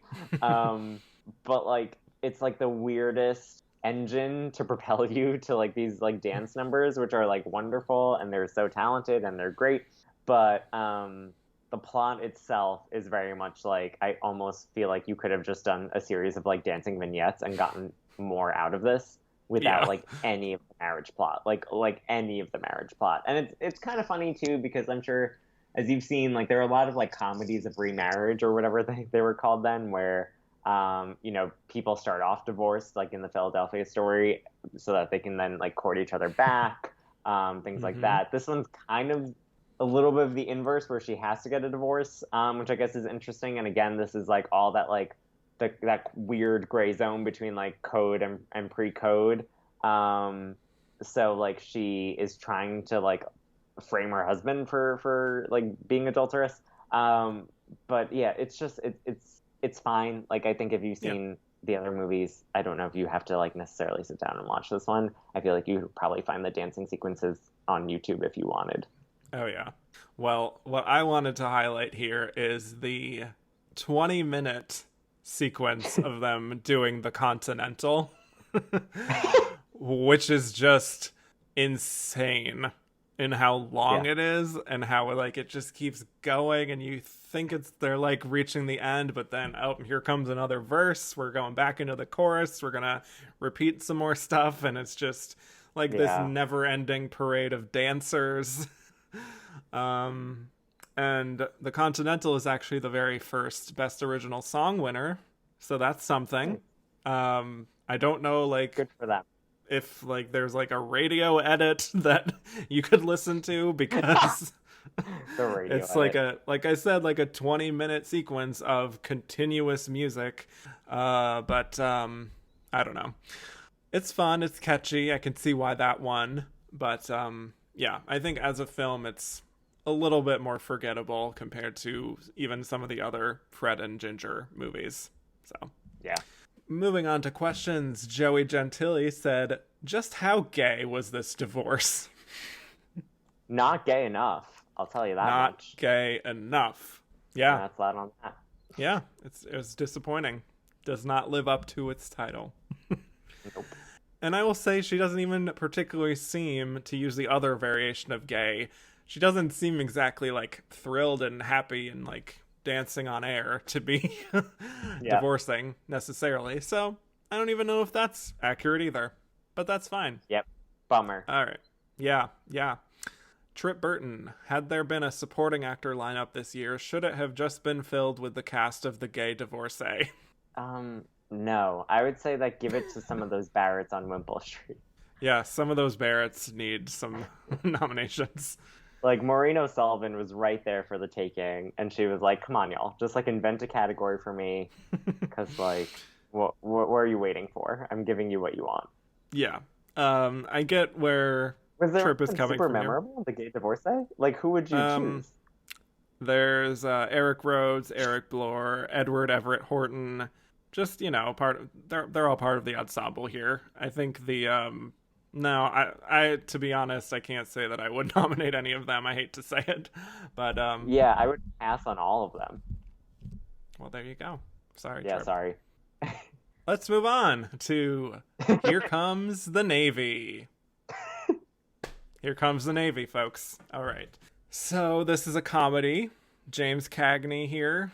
That's only nominated for Best Picture. So it's one of those that we get in God, these I early love years. 1934. Yes. And I have to tell you, I talked about Flirtation Walk here and how that's really not worth recommending. This is even worse. So I was not a fan of this at all. So James Cagney is playing this man who decides to be in the Navy because basically it's another one of these like weird setups that you have to orchestrate a bunch of things to get this person into a certain place, and it's too difficult to explain, but basically there's a rivalry that's happening, and so he's causing trouble by getting into a romance with the sister of the rival that he has, and she is played by Gloria Stewart, Oh, nice. aka Old Rose from Titanic. It's been 87 years. Yes, truly. I don't think they're a particularly good match, but also just wasn't really invested in much of anything with the film, sadly. You know, I usually enjoy James Cagney here, but here I just found him to be really obnoxious and just turned up to 11. And I think this is a film where, like, they want you to be on his side, but I just was not on his side. I just don't think it's a very well directed film, and there's also like a totally unnecessary blackface scene, which is unfortunate. To me, it's all a bit too contrived to be anything more than just a perfectly fine comedy that was nominated for Best Picture for some reason. I mean, I guess they wanted to be patriotic and support the troops. I can't really think of another reason. What a weird career that James Cagney has, where he's in these like he's either in these like gangster movies or these like big movie musicals, and it's like, wow, he was really just like dominating two lanes at once. He was, yes. He had the range. No questions for this one. Again, another one I wouldn't really recommend. So truly, I think there are like 4 movies here that could very easily be just taken out of this Best Picture lineup and just like keep it at a solid 8. And it's like, okay, this is more condensed, and yeah, we don't need to like give every movie that came out in 1934 a Best Picture nomination. Let's move on to The House of Rothschild. So another film that only gets the Best Picture nomination and is a bit problematic by modern standards. So it's about the Rothschild family, which is a very prominent Jewish family of bankers. And at one point, they had the largest private fortune in history, but they also had to deal with a lot of anti-Semitism for many years. And, you know, even though they were gaining their fortune and everything, they still had to deal with a lot of that bigotry, basically. And it's just kind of a rags to riches story. There is some really not great stuff happening here in terms of, like, they are trying to approach this on a level of, like, this is bad, what they had to face, but also they sort of lean into stereotypes in a way that is a little unsavory. Like, there's this one line that I wrote down just to highlight how dicey this is, but at one point, the patriarch of the family just says money is the only weapon that Jew has to defend himself with. Really, really painting with a broad brush in a lot of cases here, when it should really just be about, like, this one particular family. When they spend a lot of time talking very, very generally about Jews and just, like, how their experience, it's all the same for each Jewish family. And I don't know. I also know that part of the film was used in a Nazi propaganda film, which is not great. Yeah, just interesting because I've seen so many different interpretations of what the film is saying exactly, you know, whether it's stereotyping, whether it's, you know, too kind or too sympathetic to this family. There's this rising anti-Semitic sentiment happening at the time, as we know, with the rise of Nazi Germany. So there's some contemporary relevance here, I guess, but I can't help but feel like this could have been a lot better. Also, there's like a romance thing that's a total snooze here. So another one I wouldn't necessarily recommend. And that's what I have to say on that. The question we got from Catherine Short.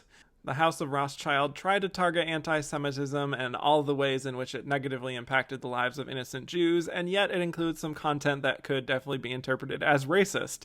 Do you think that it still has value as a message movie? I will just say I will give it credit for at least attempting to be a film that is about anti-Semitism and really showing you the impact of that and having a message of this is bad at a time when, again, the other kind of sentiment was rising and rising in many countries. But I don't think that I would recommend the film itself for what it's doing, personally. There are many, many films over the years that have tackled this a lot better than this. So, yeah. We love good intentions.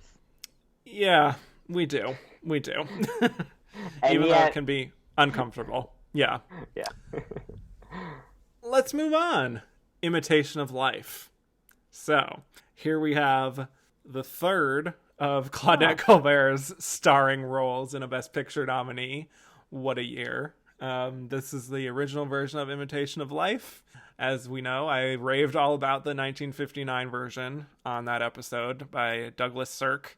So I was intrigued to see how this one interpreted the story, and I found out through this, because I didn't really know beforehand, that this version is a lot closer to the novel that it was based on than the Douglas Sirk version, which made a lot of changes to the plot.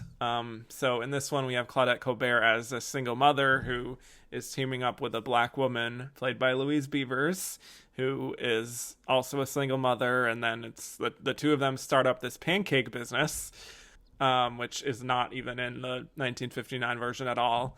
Yep. And it's like the two of them are together and they're, you know, continuing to rise and being very successful, but also there's this personal stuff happening behind the scenes where Louise Beaver's character, her daughter is light-skinned, and so she's struggling with her identity, and she's very tough on her mother. And then it gets into all these racial divisions and class, and it's a very powerful story. You said you watched this one, Michael, so take it away. Yeah, I think that, like you said, like, it is different from the Douglas Sirk remake, but it has a lot of the same, like, you know, like, fundamental tensions, I guess. Even though I think what's almost more interesting about this one, and like you said, it's closer to the novel, is that that storyline is very much Claudette Colbert's character, like profiting off of Louise Beaver's character's like pancake recipe, and she's very willing to split the money and the income that they're making and the profits. Even though Louise Beavers is like, no, like I don't need any of that. Like I just want to like just live with you guys. Like that's all good. But it's like more morally complicated, because I think that the Lana Turner one is interesting because she just like becomes successful kind of on her own with like the like singing and acting, whatever. Whereas in this movie, it's like, oh, like the reason Claudette Colbert is successful is entirely to do with Louise Beavers, and like I think that that's what's so interesting about this movie. And I also think, I don't know, like for a movie that came out in 1934, I was surprised by like how, like, listen, there are parts of it that are like completely stereotypical, things like that, but I think that like there is a lot of humanity given to what's her character's name? Delilah or Delia? Delilah. To Delilah, which is Louise Beaver's character.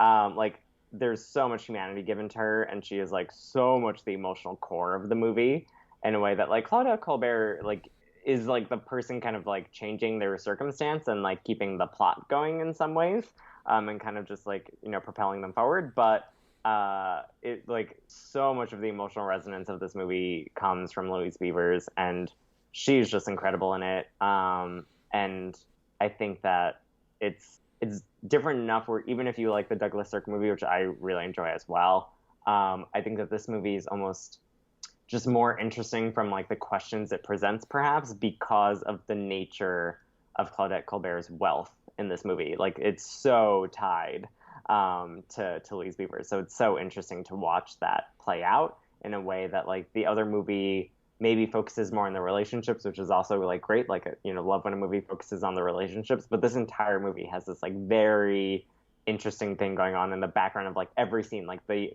move into this like wonderful house. They have these wonderful clothes, and like all of that is like this white woman profiting off of like this black woman's labor in a way that like the white woman like acknowledges in ways that are both like she wants to give her a bunch of money and like whatever, and also like super problematic, and that she makes her like almost like an Aunt Jemima type like logo on the pancake batter that they're selling, and like it feels like very like weird and like profiting off of this person that like is not like your equal in society's eyes, and like you're like using them as almost like a cash cow, but you still like love them. I don't know. I think that it was almost more interesting in that like exploration, I thought. Yeah, I was going to say pretty much the exact same thing, which is that this just adds such another layer of dimension that is really not in the 59 version, which I also love. But yeah, just like she's using this woman's face, and her labor, as you said, all of these different things. And they are partners, quote unquote, but it's also still has that tension between the two of them that's just layered through every single scene, and the same thing is happening with the daughters as well. And it's just, I think this is easily one of the best films in this lineup, and is so different from so many films in this lineup that I'm surprised by how much I think most of it does hold up all of these years later. And Louise Beavers, I totally agree, is fantastic, and I would imagine that she would have been running supporting actress, perhaps, if the category existed, just because I don't know how much of a star she was. But it's such an emotional part from her, and she gives her so much more depth than you would expect from a lot of similar types of black actresses playing those kinds of mammy types of roles, quote unquote. That is just way even deeper, that she really accesses well. And Juanita Moore got the nomination for the same character for the 1959 version, and so, which I think she should have won for. But I think if the supporting categories existed, I would have hoped that Louise Beavers could have contended for the win here, because fantastic performance. And yeah, I recommend this, especially because it's something you don't see very much in the films of this era, this very complex look at racism and colorism and also single mothers. It's very progressive for the time period, and I'm a little bit surprised that the Academy actually recognized a movie that was actually doing something progressive and different and pushing boundaries. Yeah, and I also want to highlight Freddie Washington as Piola, who's the daughter of Louise Beaver's character, and that's I feel like I didn't talk about that, but that's a massive part of the movie, is the tension between both of these women and their daughters, but particularly Delilah and her daughter, and kind of the race is at the forefront of all of the tension there, basically, and identity. And I think that the movie, again, it's made in 1934. I'm sure that there are aspects of it where you're kind of they could have handled it this way or that way or whatever. But for the time, I think it really is presenting really interesting questions about, race and identity. And I think that she's also just incredible in the movie. She plays the older version, I guess, of the daughter. But she's really wonderful in that. And I think, is her counterpart also nominated in 1959? I think she might be. Yeah. Yes. So again, just a great role. Yeah, both of them are. And I have to say, the final few scenes of this movie are genuinely affecting and emotional for me watching it. Yeah. I really wish I could sort of spoil this because I want people to see it before I actually say what the ending is. But I will just say the imagery of what the final scene is something that is so unlike anything else you would see in most films of this time period, of a black woman who is successful actually getting the recognition she deserves, I would say, to be as vague as possible. So yeah, it's a great movie. Yeah. Questions here. Gabriel Guarin, Imitation of Life, 1934 or 1959? Which is better? This is a genuinely hard question for me. I know. I don't know. I'm gonna do a cop out, and I don't think one is better than the other. I think that they are both really interesting, and they explore different things. They're created at different times, so they have different approaches to the way that they tell the story. In some ways, I think 1934 is stronger. In some ways, I think 1959 is stronger. I don't know if I could say one is better than the other. I think that it's worth watching both. I agree. Yeah. And I will say that I think perhaps they were able to do a little bit more with the 1959 version just because of, the progression of time, things you can do more things in 1959 that you couldn't do in 34. And just the color is just so stylized in that movie that, I think that has some value. But yeah, on a fundamental level, the 34 version might be the more interesting story, the more interesting screenplay, the various things that it's tackling. That I agree that both should be seen. I think perhaps just as a film itself that the 59 version is probably still my favorite of the two, but absolutely seek the both of them out. Yep. This is from Glenda Miss Jackson If You Nasty. Do you think Claudette Colbert won for the right performance this year with Imitation and Cleopatra also in the mix? Yeah, so I can't speak to Cleopatra, but in terms of Imitation of Life and It Happened One Night, and I can't imagine Cleopatra would supersede either of those. No, that is number 3. Yeah. I think she totally won for the right role. I think that she's great in this, but I think that Imitation of Life is much more of a Louise Beaver's showcase in terms of the performance and the acting and the arc of the character. Yeah. I think that it's just she's better in It Happened One Night. If I had to choose in a binary, I have to vote for her for one of them, I'm voting for It Happened One Night. Yeah, I don't think she's bad in any of them. I think she's genuinely good in all 3 and other roles that I've seen her in. So, I don't think it would have been a bad thing if she won for Imitation of Life by any means, but I would agree that she won for the right role. Yep. And the Critic Kid asked the exact same question, so see previous comment. And there you go. Another one from Miss Glenda. If the supporting categories existed, would Louise Beavers have stood a chance for Imitation of Life? I absolutely think that she would have, unless there was just general racism and prejudice, which is also possible. Yeah, no, I totally agree. Like, the only reason she would not get nominated is racism. Like, that's the only reason. Yeah. We know that they saw this movie. They nominated it for Best Picture. Like, we know that they were watching. Right. It's just, like, one of the top parts of any of these films. So I would have trouble seeing them ignoring that. Let's move on to our final few movies here to talk about. We're still trucking along. One Night of Love. So this is the film that leads the nominations with 6, and it wins 2 of them. It's the only other film that wins multiple Oscars. This and It Happened One Night. And for the life of me, I can't really understand why it gets all those nominations. I mean, I get the wins. It wins for original score and sound. It's a musical. It's about the world of opera. But in terms of the story, it's pretty much threadbare. It's very standard, and it's about an opera singer played by Grace Moore who gets a Best Actress nomination.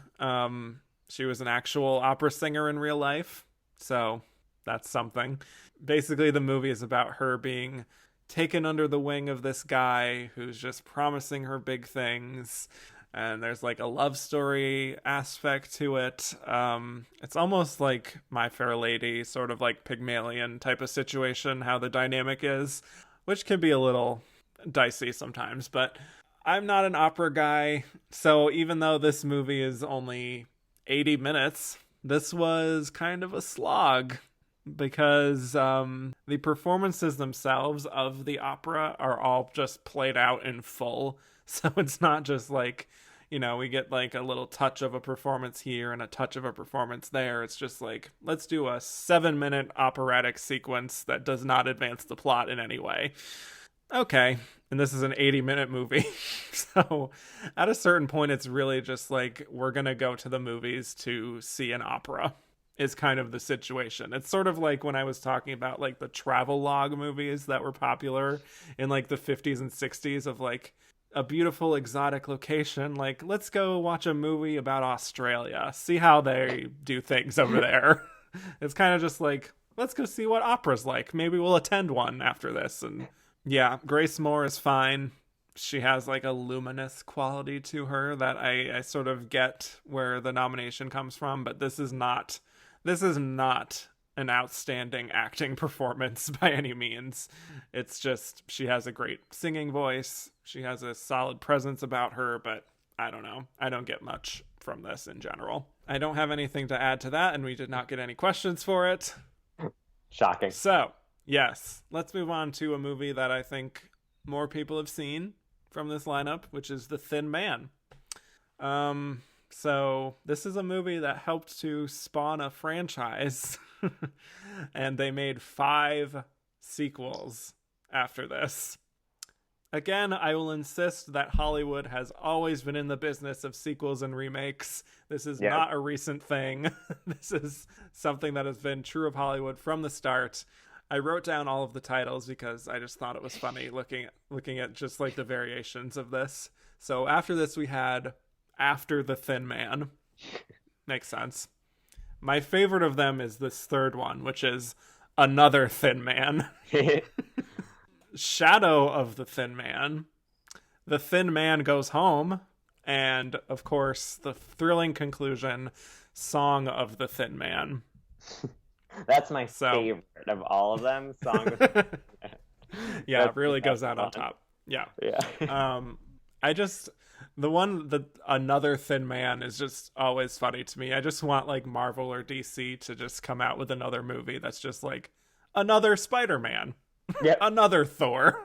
Like, here, you like the first one, here's another one exactly the same as the first. Yeah. Song of Spider-Man.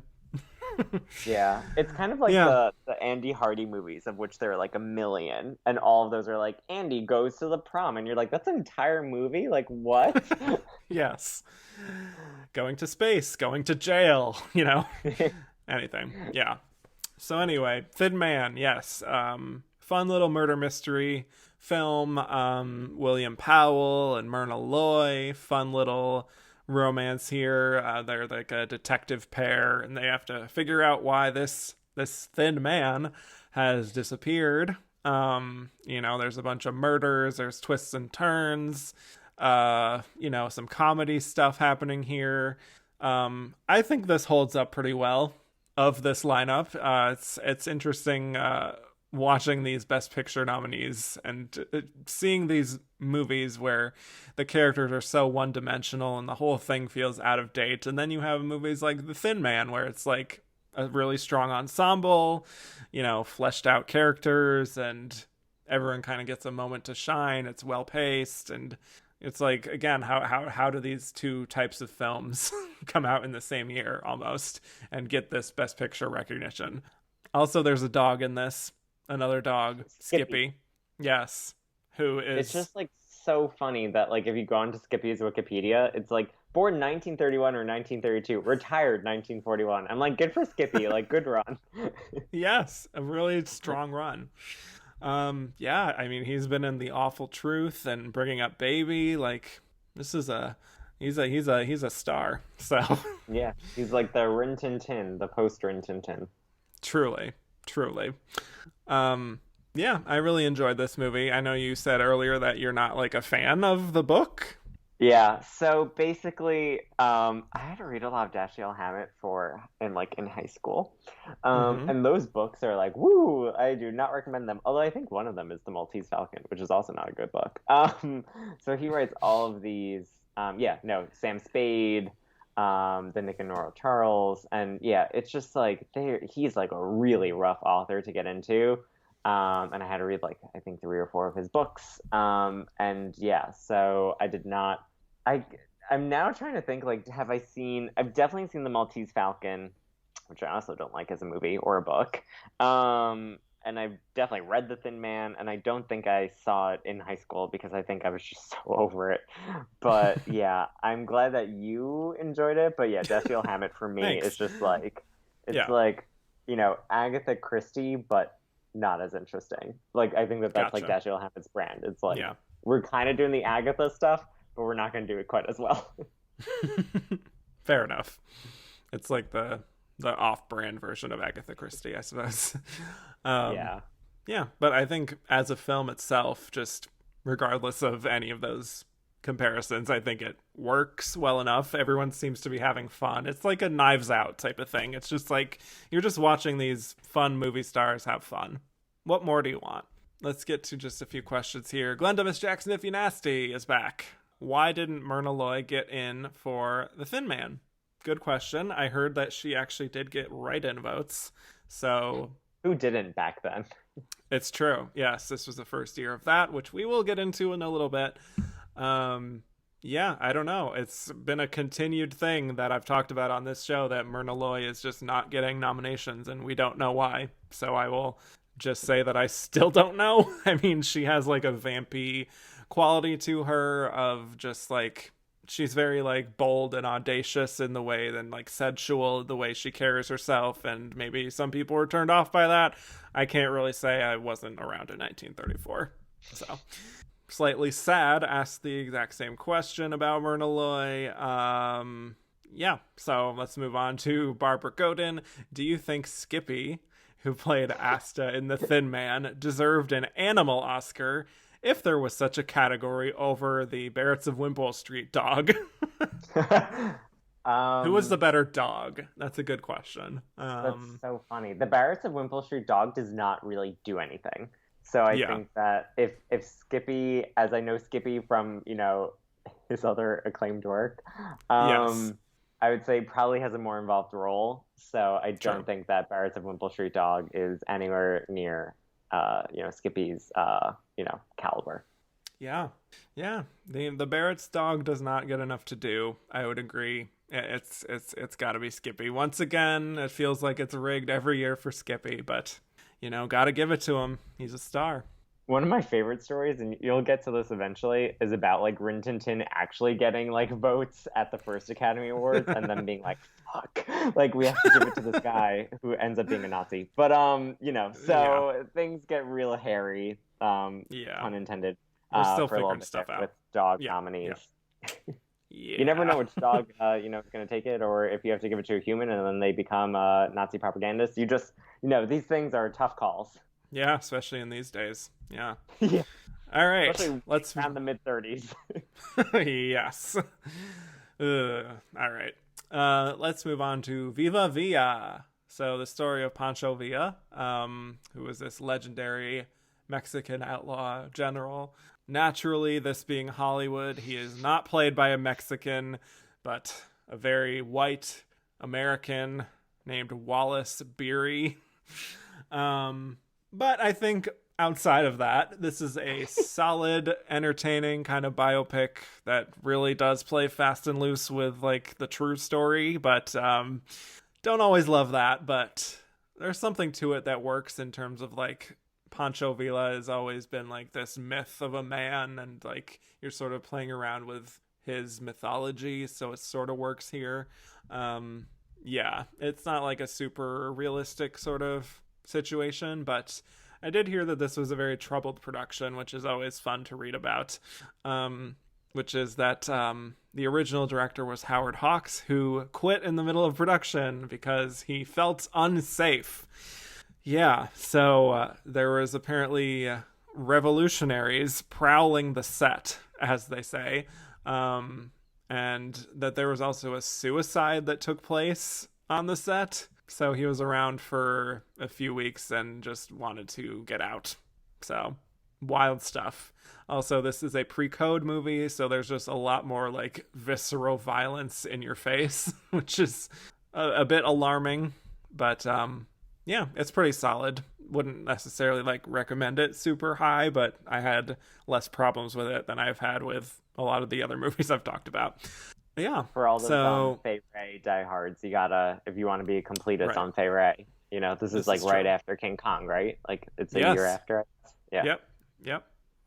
Yeah. Having a career. I don't know what I'm saying. Let's move on to Catherine Short. Having a career. No comment on the quality of it. Yes, she is employed. All right. Catherine Short said, Viva Villa is one of many problematic Hollywood productions that tried to deal with Mexican politics. How do you think it compares to a film like Viva Zapata in the way it tries to portray Mexican culture and important figures in that country's history? I don't think either of them does a super great job of that, to be honest. I think that this is a story that would greatly benefit from being told today with the appropriate actors of the appropriate race and culture. I'll just say that. Yeah. I mean, Marlon Brando in Viva Zapata is literally like, he has a different skin color. So, I mean, neither of them are particularly great in that area. Yeah, and it only took us about like another 80 years to get, films like Roma and stuff, at least with like Hollywood support, to like tell those stories more authentically. But progress is progress, I guess. Yeah. The only other Best Picture nominee we have is The White Parade. And here's something I haven't said on this show yet. Haven't seen it. Wow. Yeah, because it is genuinely unavailable outside of the UCLA Film Archive. And I did not want to take... And you didn't travel to UCLA to see it, Kevin? I'm dedicated, but I'm not that dedicated, apparently. Reading the synopsis, it sounds like an interesting film. I will say that. I'm just gonna read it for you in place of my actual thoughts, and you make up your own mind if this sounds good. The title represents the hopeful, ambitious students at a hospital training school and is primarily a story of the stern discipline and laborious physical and mental toil they endure in order to become nurses and join the White Parade. It is told mainly through the character of June Arden, who finds romance with Ronald Hall III on the way, with side stories of the other girls who find failure, success, laughs, and tears on the way. Sounds like... What do you think? I wish I could travel to UCLA right now and just watch it. Yeah. Sounds like my kind of film. Laughs, romance, tears, lead actresses, side stories, side story. It has all the makings of a movie I love. And it's only 80 minutes. All the makings of a movie I love. Yeah. I mean, 80 minutes and they have time for side stories. I'm there. I'm sure those are very well told. Yes. So it's Loretta Young who stars in it. Yes. So that she's come up with times. Yeah. This is from Jackson DeStefano. How sad are you that you weren't able to watch the White Parade? Well, Jackson, you don't have to rub it in, but very sad, because I like to be a completist with these things. But I'm not close to UCLA, so I can't. Sorry. Maybe one day. Maybe someday. We'll all take a field trip. All of us weird, damaged Oscar completists will just all take a field trip to the UCLA Film Archive and watch it together. Wouldn't that be fun? It will be the first time that movie had been requested from the UCLA Film Archive. They'll be like, the what? The what parade? Like, I guess. Are you sure we have it? Yeah. Like, that sounds racist, but we'll see if we have it. Yeah, you're like, it's called the White Parade. It's from 1934. They're like, yee. Like, what's going on here? And why do you want to watch this? Yeah. Yeah. All right. No, I swear it's nurses and love. It's for research. Yeah. All right. So that's that on those Best Picture nominees. I'm glad that I don't have to watch 12 again, but certainly an interesting experiment for these past 2 years. Let's move on to our Should Have Been a Contender segment. I don't have a lot to talk about here because I was busy watching 11 Best Picture nominees and also not to date this episode, but there was a pretty significant thing happening in the world, which was the presidential election. So I was a bit busy with other things and distracted by other stuff. So the only other movie I watched was Of Human Bondage. And I know that you have also seen this. So that kind of works. I do not recommend this film in general, so I can't really say it should have been more of a contender, but this is the only place I can really talk about it. So I do think it's worth mentioning with what happened with Bette Davis this year. It is pretty significant. I don't know how you feel about her performance, but at the time, this was considered like the greatest thing since sliced bread, what she's doing here. Yeah. It's like fine. I don't think that she's great. I think that like the award went to who it should have gone to, but I think what's most interesting about it is that, again, like, you're in these early days, so now it's so common for us to be like, oh, well, such and such actor lost for this role, so now they won later on for this maybe a lesser role. And that like 100% happens with Bette Davis, where she like gets this like write-in massive support for Of Human Bondage. I mean, she doesn't ultimately win, but then the next year she wins for Dangerous, which is just like a bad movie. She is not very good in it. She reportedly was like, I think Katharine Hepburn should have won for Alice Adams, which is like one of my favorites. Which is true. Yeah. And it's like, like her Oscars are for weird movies, like the other ones for Jezebel, and you're just like, I don't know. Like, I do like Bette Davis, and I think that she's a very good actor. I think she like really hits her stride maybe more in the 40s than necessarily some of these earlier movies. For sure. And I think Of Human Bondage is like fine. I would not be like, I must write her in because this is the best performance committed to film this year. I think like Claudette Colbert is like the strongest nominee and obviously the winner. So I think they got it right in the end, but for whatever reason people are going like insane for this Of Human Bondage performance. Yeah. I'm sort of trying to think of it in the context of 1934, and I think Bette Davis was a actress who really committed herself to roles, and this is a clear case of that. And sometimes I guess when you see someone giving all of what she's giving on screen, then you're just like, wow, this is like kind of something different that we haven't seen from many actresses before this. So perhaps the novelty of it all helps. Stylistically, basically, it's different. Yeah, right. She's a waitress who's just kind of sloppy and kind of bawdy, and this man is attracted to her, but she's kind of dismissive of him, which makes him angry. and yet still more attracted to her at the same time. And he's just like very possessive and entitled and like just wants to control her life. And she goes through the ringer through this entire movie. She also has like a weird accent work that doesn't necessarily, it's not consistent, I would say. But it's also I think it's just quite good. Like, not only is it not consistent, but it never really reaches great levels. Well, now you said it. Yes. Yeah, it's true. It's, I don't know. I think the movie itself rubbed me the wrong way, which sort of rubbed the performance the wrong way for me sometimes. But it's very, like, vanity-free type of acting that I think maybe appealed to actors at the time. But to get into what happened with the Oscars here. So she was considered a shoo-in to be nominated because of this incredible turn. But then it didn't happen, and there were a bunch of people who were just outraged, and the Academy just caved to pressure and allowed members to just write in a winner.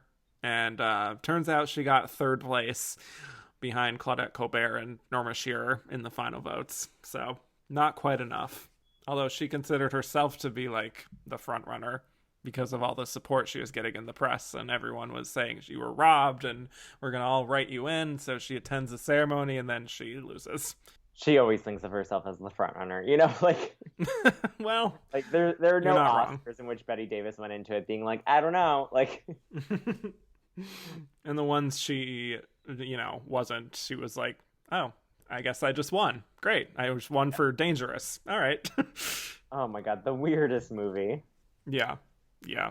I'm reading the official Academy statement about this because I just find it interesting. This is from Inside Oscar. So this is from the Academy president, Howard Estabrook, saying, criticisms of the nominations for the 1934 Academy Awards have appeared with such uniform content that they raise the question as to whether these criticisms are based on genuine opinion or propaganda. With so many achievements of unquestionable merit each year, however, it is inevitable that certain differences of opinion should arise, despite the fact that the criticism fails to take into consideration that the nominations have been made by the unrestricted votes of each branch. The awards committee has decided upon a change in the rules to permit unrestricted selection of any voter who may write on the ballot his or her personal choice for the winners. So they're sort of just like, we don't have a reason for why we're doing this except for public pressure. Yep. Which is kind of funny. Just got to bow to it sometimes, you know? Yeah, I guess so. People demand a Bette Davis write-in, and so they they'll really get do. it. Yeah. We got a question from Ronaldo Sosa, which said, if Bette Davis's performance in Of Human Bondage had enough passion and support behind it to make the Academy change their voting rules just for her, then why couldn't she win the award? Yeah. I mean, I think it's interesting to, like, if... I'm changing the question a little bit, but it's also like, if she had just been nominated, like, would she have won is also an interesting question. I just think at a certain point, like, it just wasn't happening. Like, you know, pack up, try it again. You're about to get 2 Oscars in like 4 years for movies that are like not very good. So you, like, those are your consolation prize. So prizes. So I think, you know, the passion, I think sometimes you have this dedicated fan base of people. And as we see with the Oscars, that does not always matter. Sometimes you actually need broader support. And it happened one night, just had that like broad support from everyone. Yeah, pretty much. And then his other question was, do you think that if she had won, she would win again the next year for Dangerous? No. I think definitely not.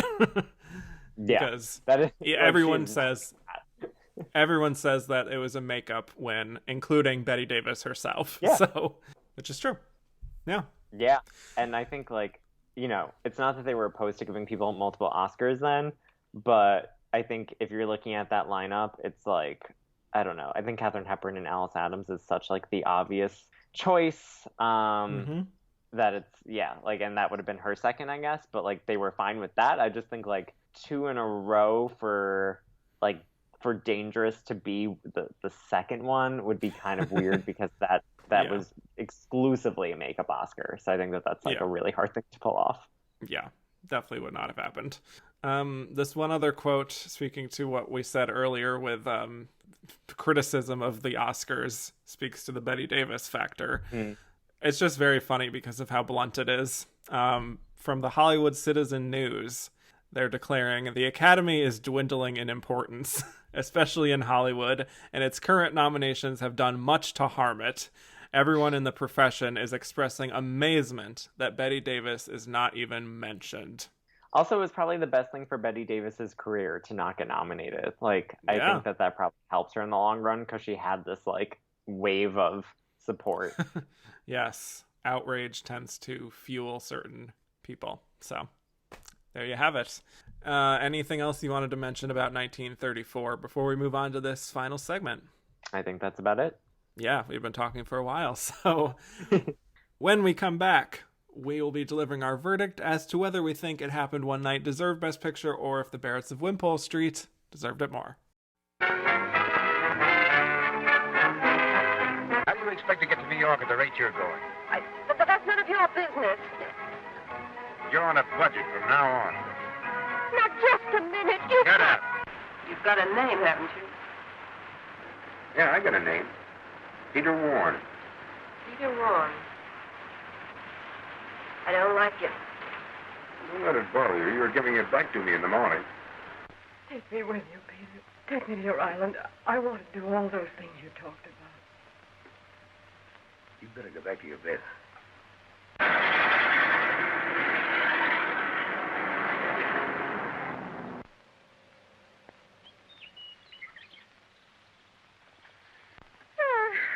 you mind if I try? You? Don't make me laugh. Oh, you're such a smart Alex. Nobody knows anything but you. I'll stop a car, and I won't use my thumb. What are you going to do? The system on my own.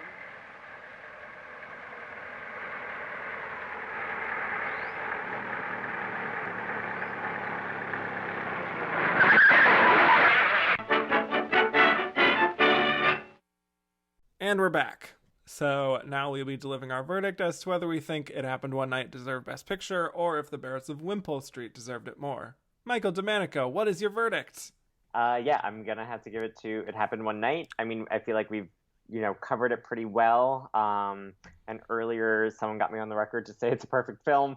So I think I really got to support what I've been saying. But yeah, I think It Happened One Night is a deserving winner. I think that even if it didn't win, it would still hold the cultural significance that it does hold.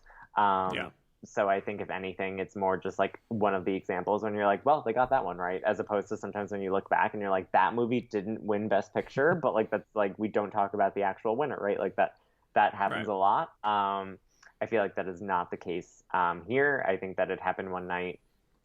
Again, it just like set a blueprint for a certain kind of like screwball comedy, romantic comedy that literally to this day, all the way up until movies like Always Be My Maybe, like use some of that formula and some of that magic.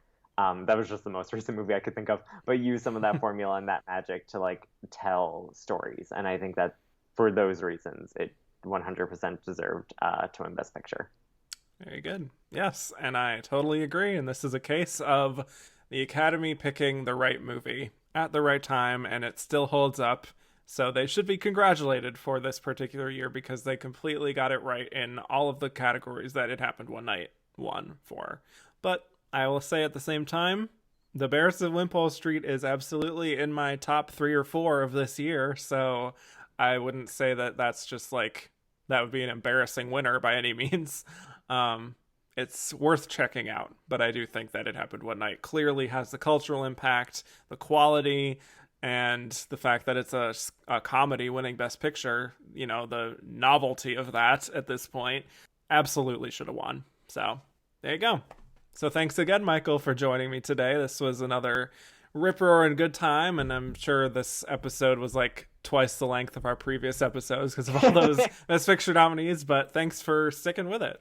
Honestly, like, talking about Tender Mercies will always feel longer than it actually is, though. So that's like fair. When you dive into Tender Mercies and you're like, man, we've been talking about this for 40 minutes. It could actually feel like 80. Although I do recommend people check out the episode for all of our Tender Mercy hot takes. But yeah, this was super fun. Thanks for having me on. I'd love to talk about It Happened One Night. Love to talk about my favorite Barretts of Wimpole Street, my favorite folks on Wimpole Street. I'll go out on a limb and say that they're my favorite family there. But yeah, it was super fun, and it's exciting to see this like all wrap up. It's like crazy to imagine that. I know. Okay, so where can people find more from you on the internet? Yeah, you can follow me on Twitter at MJ Domanico. You can follow Not Her Again at Not Her Again Pod. I don't know if you guys have noticed, but it's been kind of a crazy year. So we have some of our episodes on Katharine Hepburn up live, and we have more to come. But right now we're going through her Oscar nominations, mostly focusing on her movies, and sometimes if the rare occasions where she lost her Oscar, also talking a bit about who won, that kind of thing. So if you're interested in this kind of stuff, you can check us out wherever you get your podcasts. Again, that's Not Her Again. And yeah, that's where you can find me. Very good. And you can find me on Twitter, as always, at Kevin_Jacobson. The show is at Oscar Runner Up. Rate, review, subscribe if you haven't already. And if you want to hear even more content about the Oscars, go to patreon.com/andtherunnerup is, where you can hear Michael and I also talking about the white working class. Wow, this was actually our first time when we were not talking about that as a topic. This is breaking new ground. Either big movie that we were covering. Yeah, it's true. Yeah. So wow, if you want to, this is you want to hear breaking the mold for us. It is. Yes, that's true. So yeah, we talked about The Fighter. We talked about Good Will Hunting. Lots of good stuff over there. So feel free to check those out. And with that, thank you again, Michael. And I will bid you all adieu.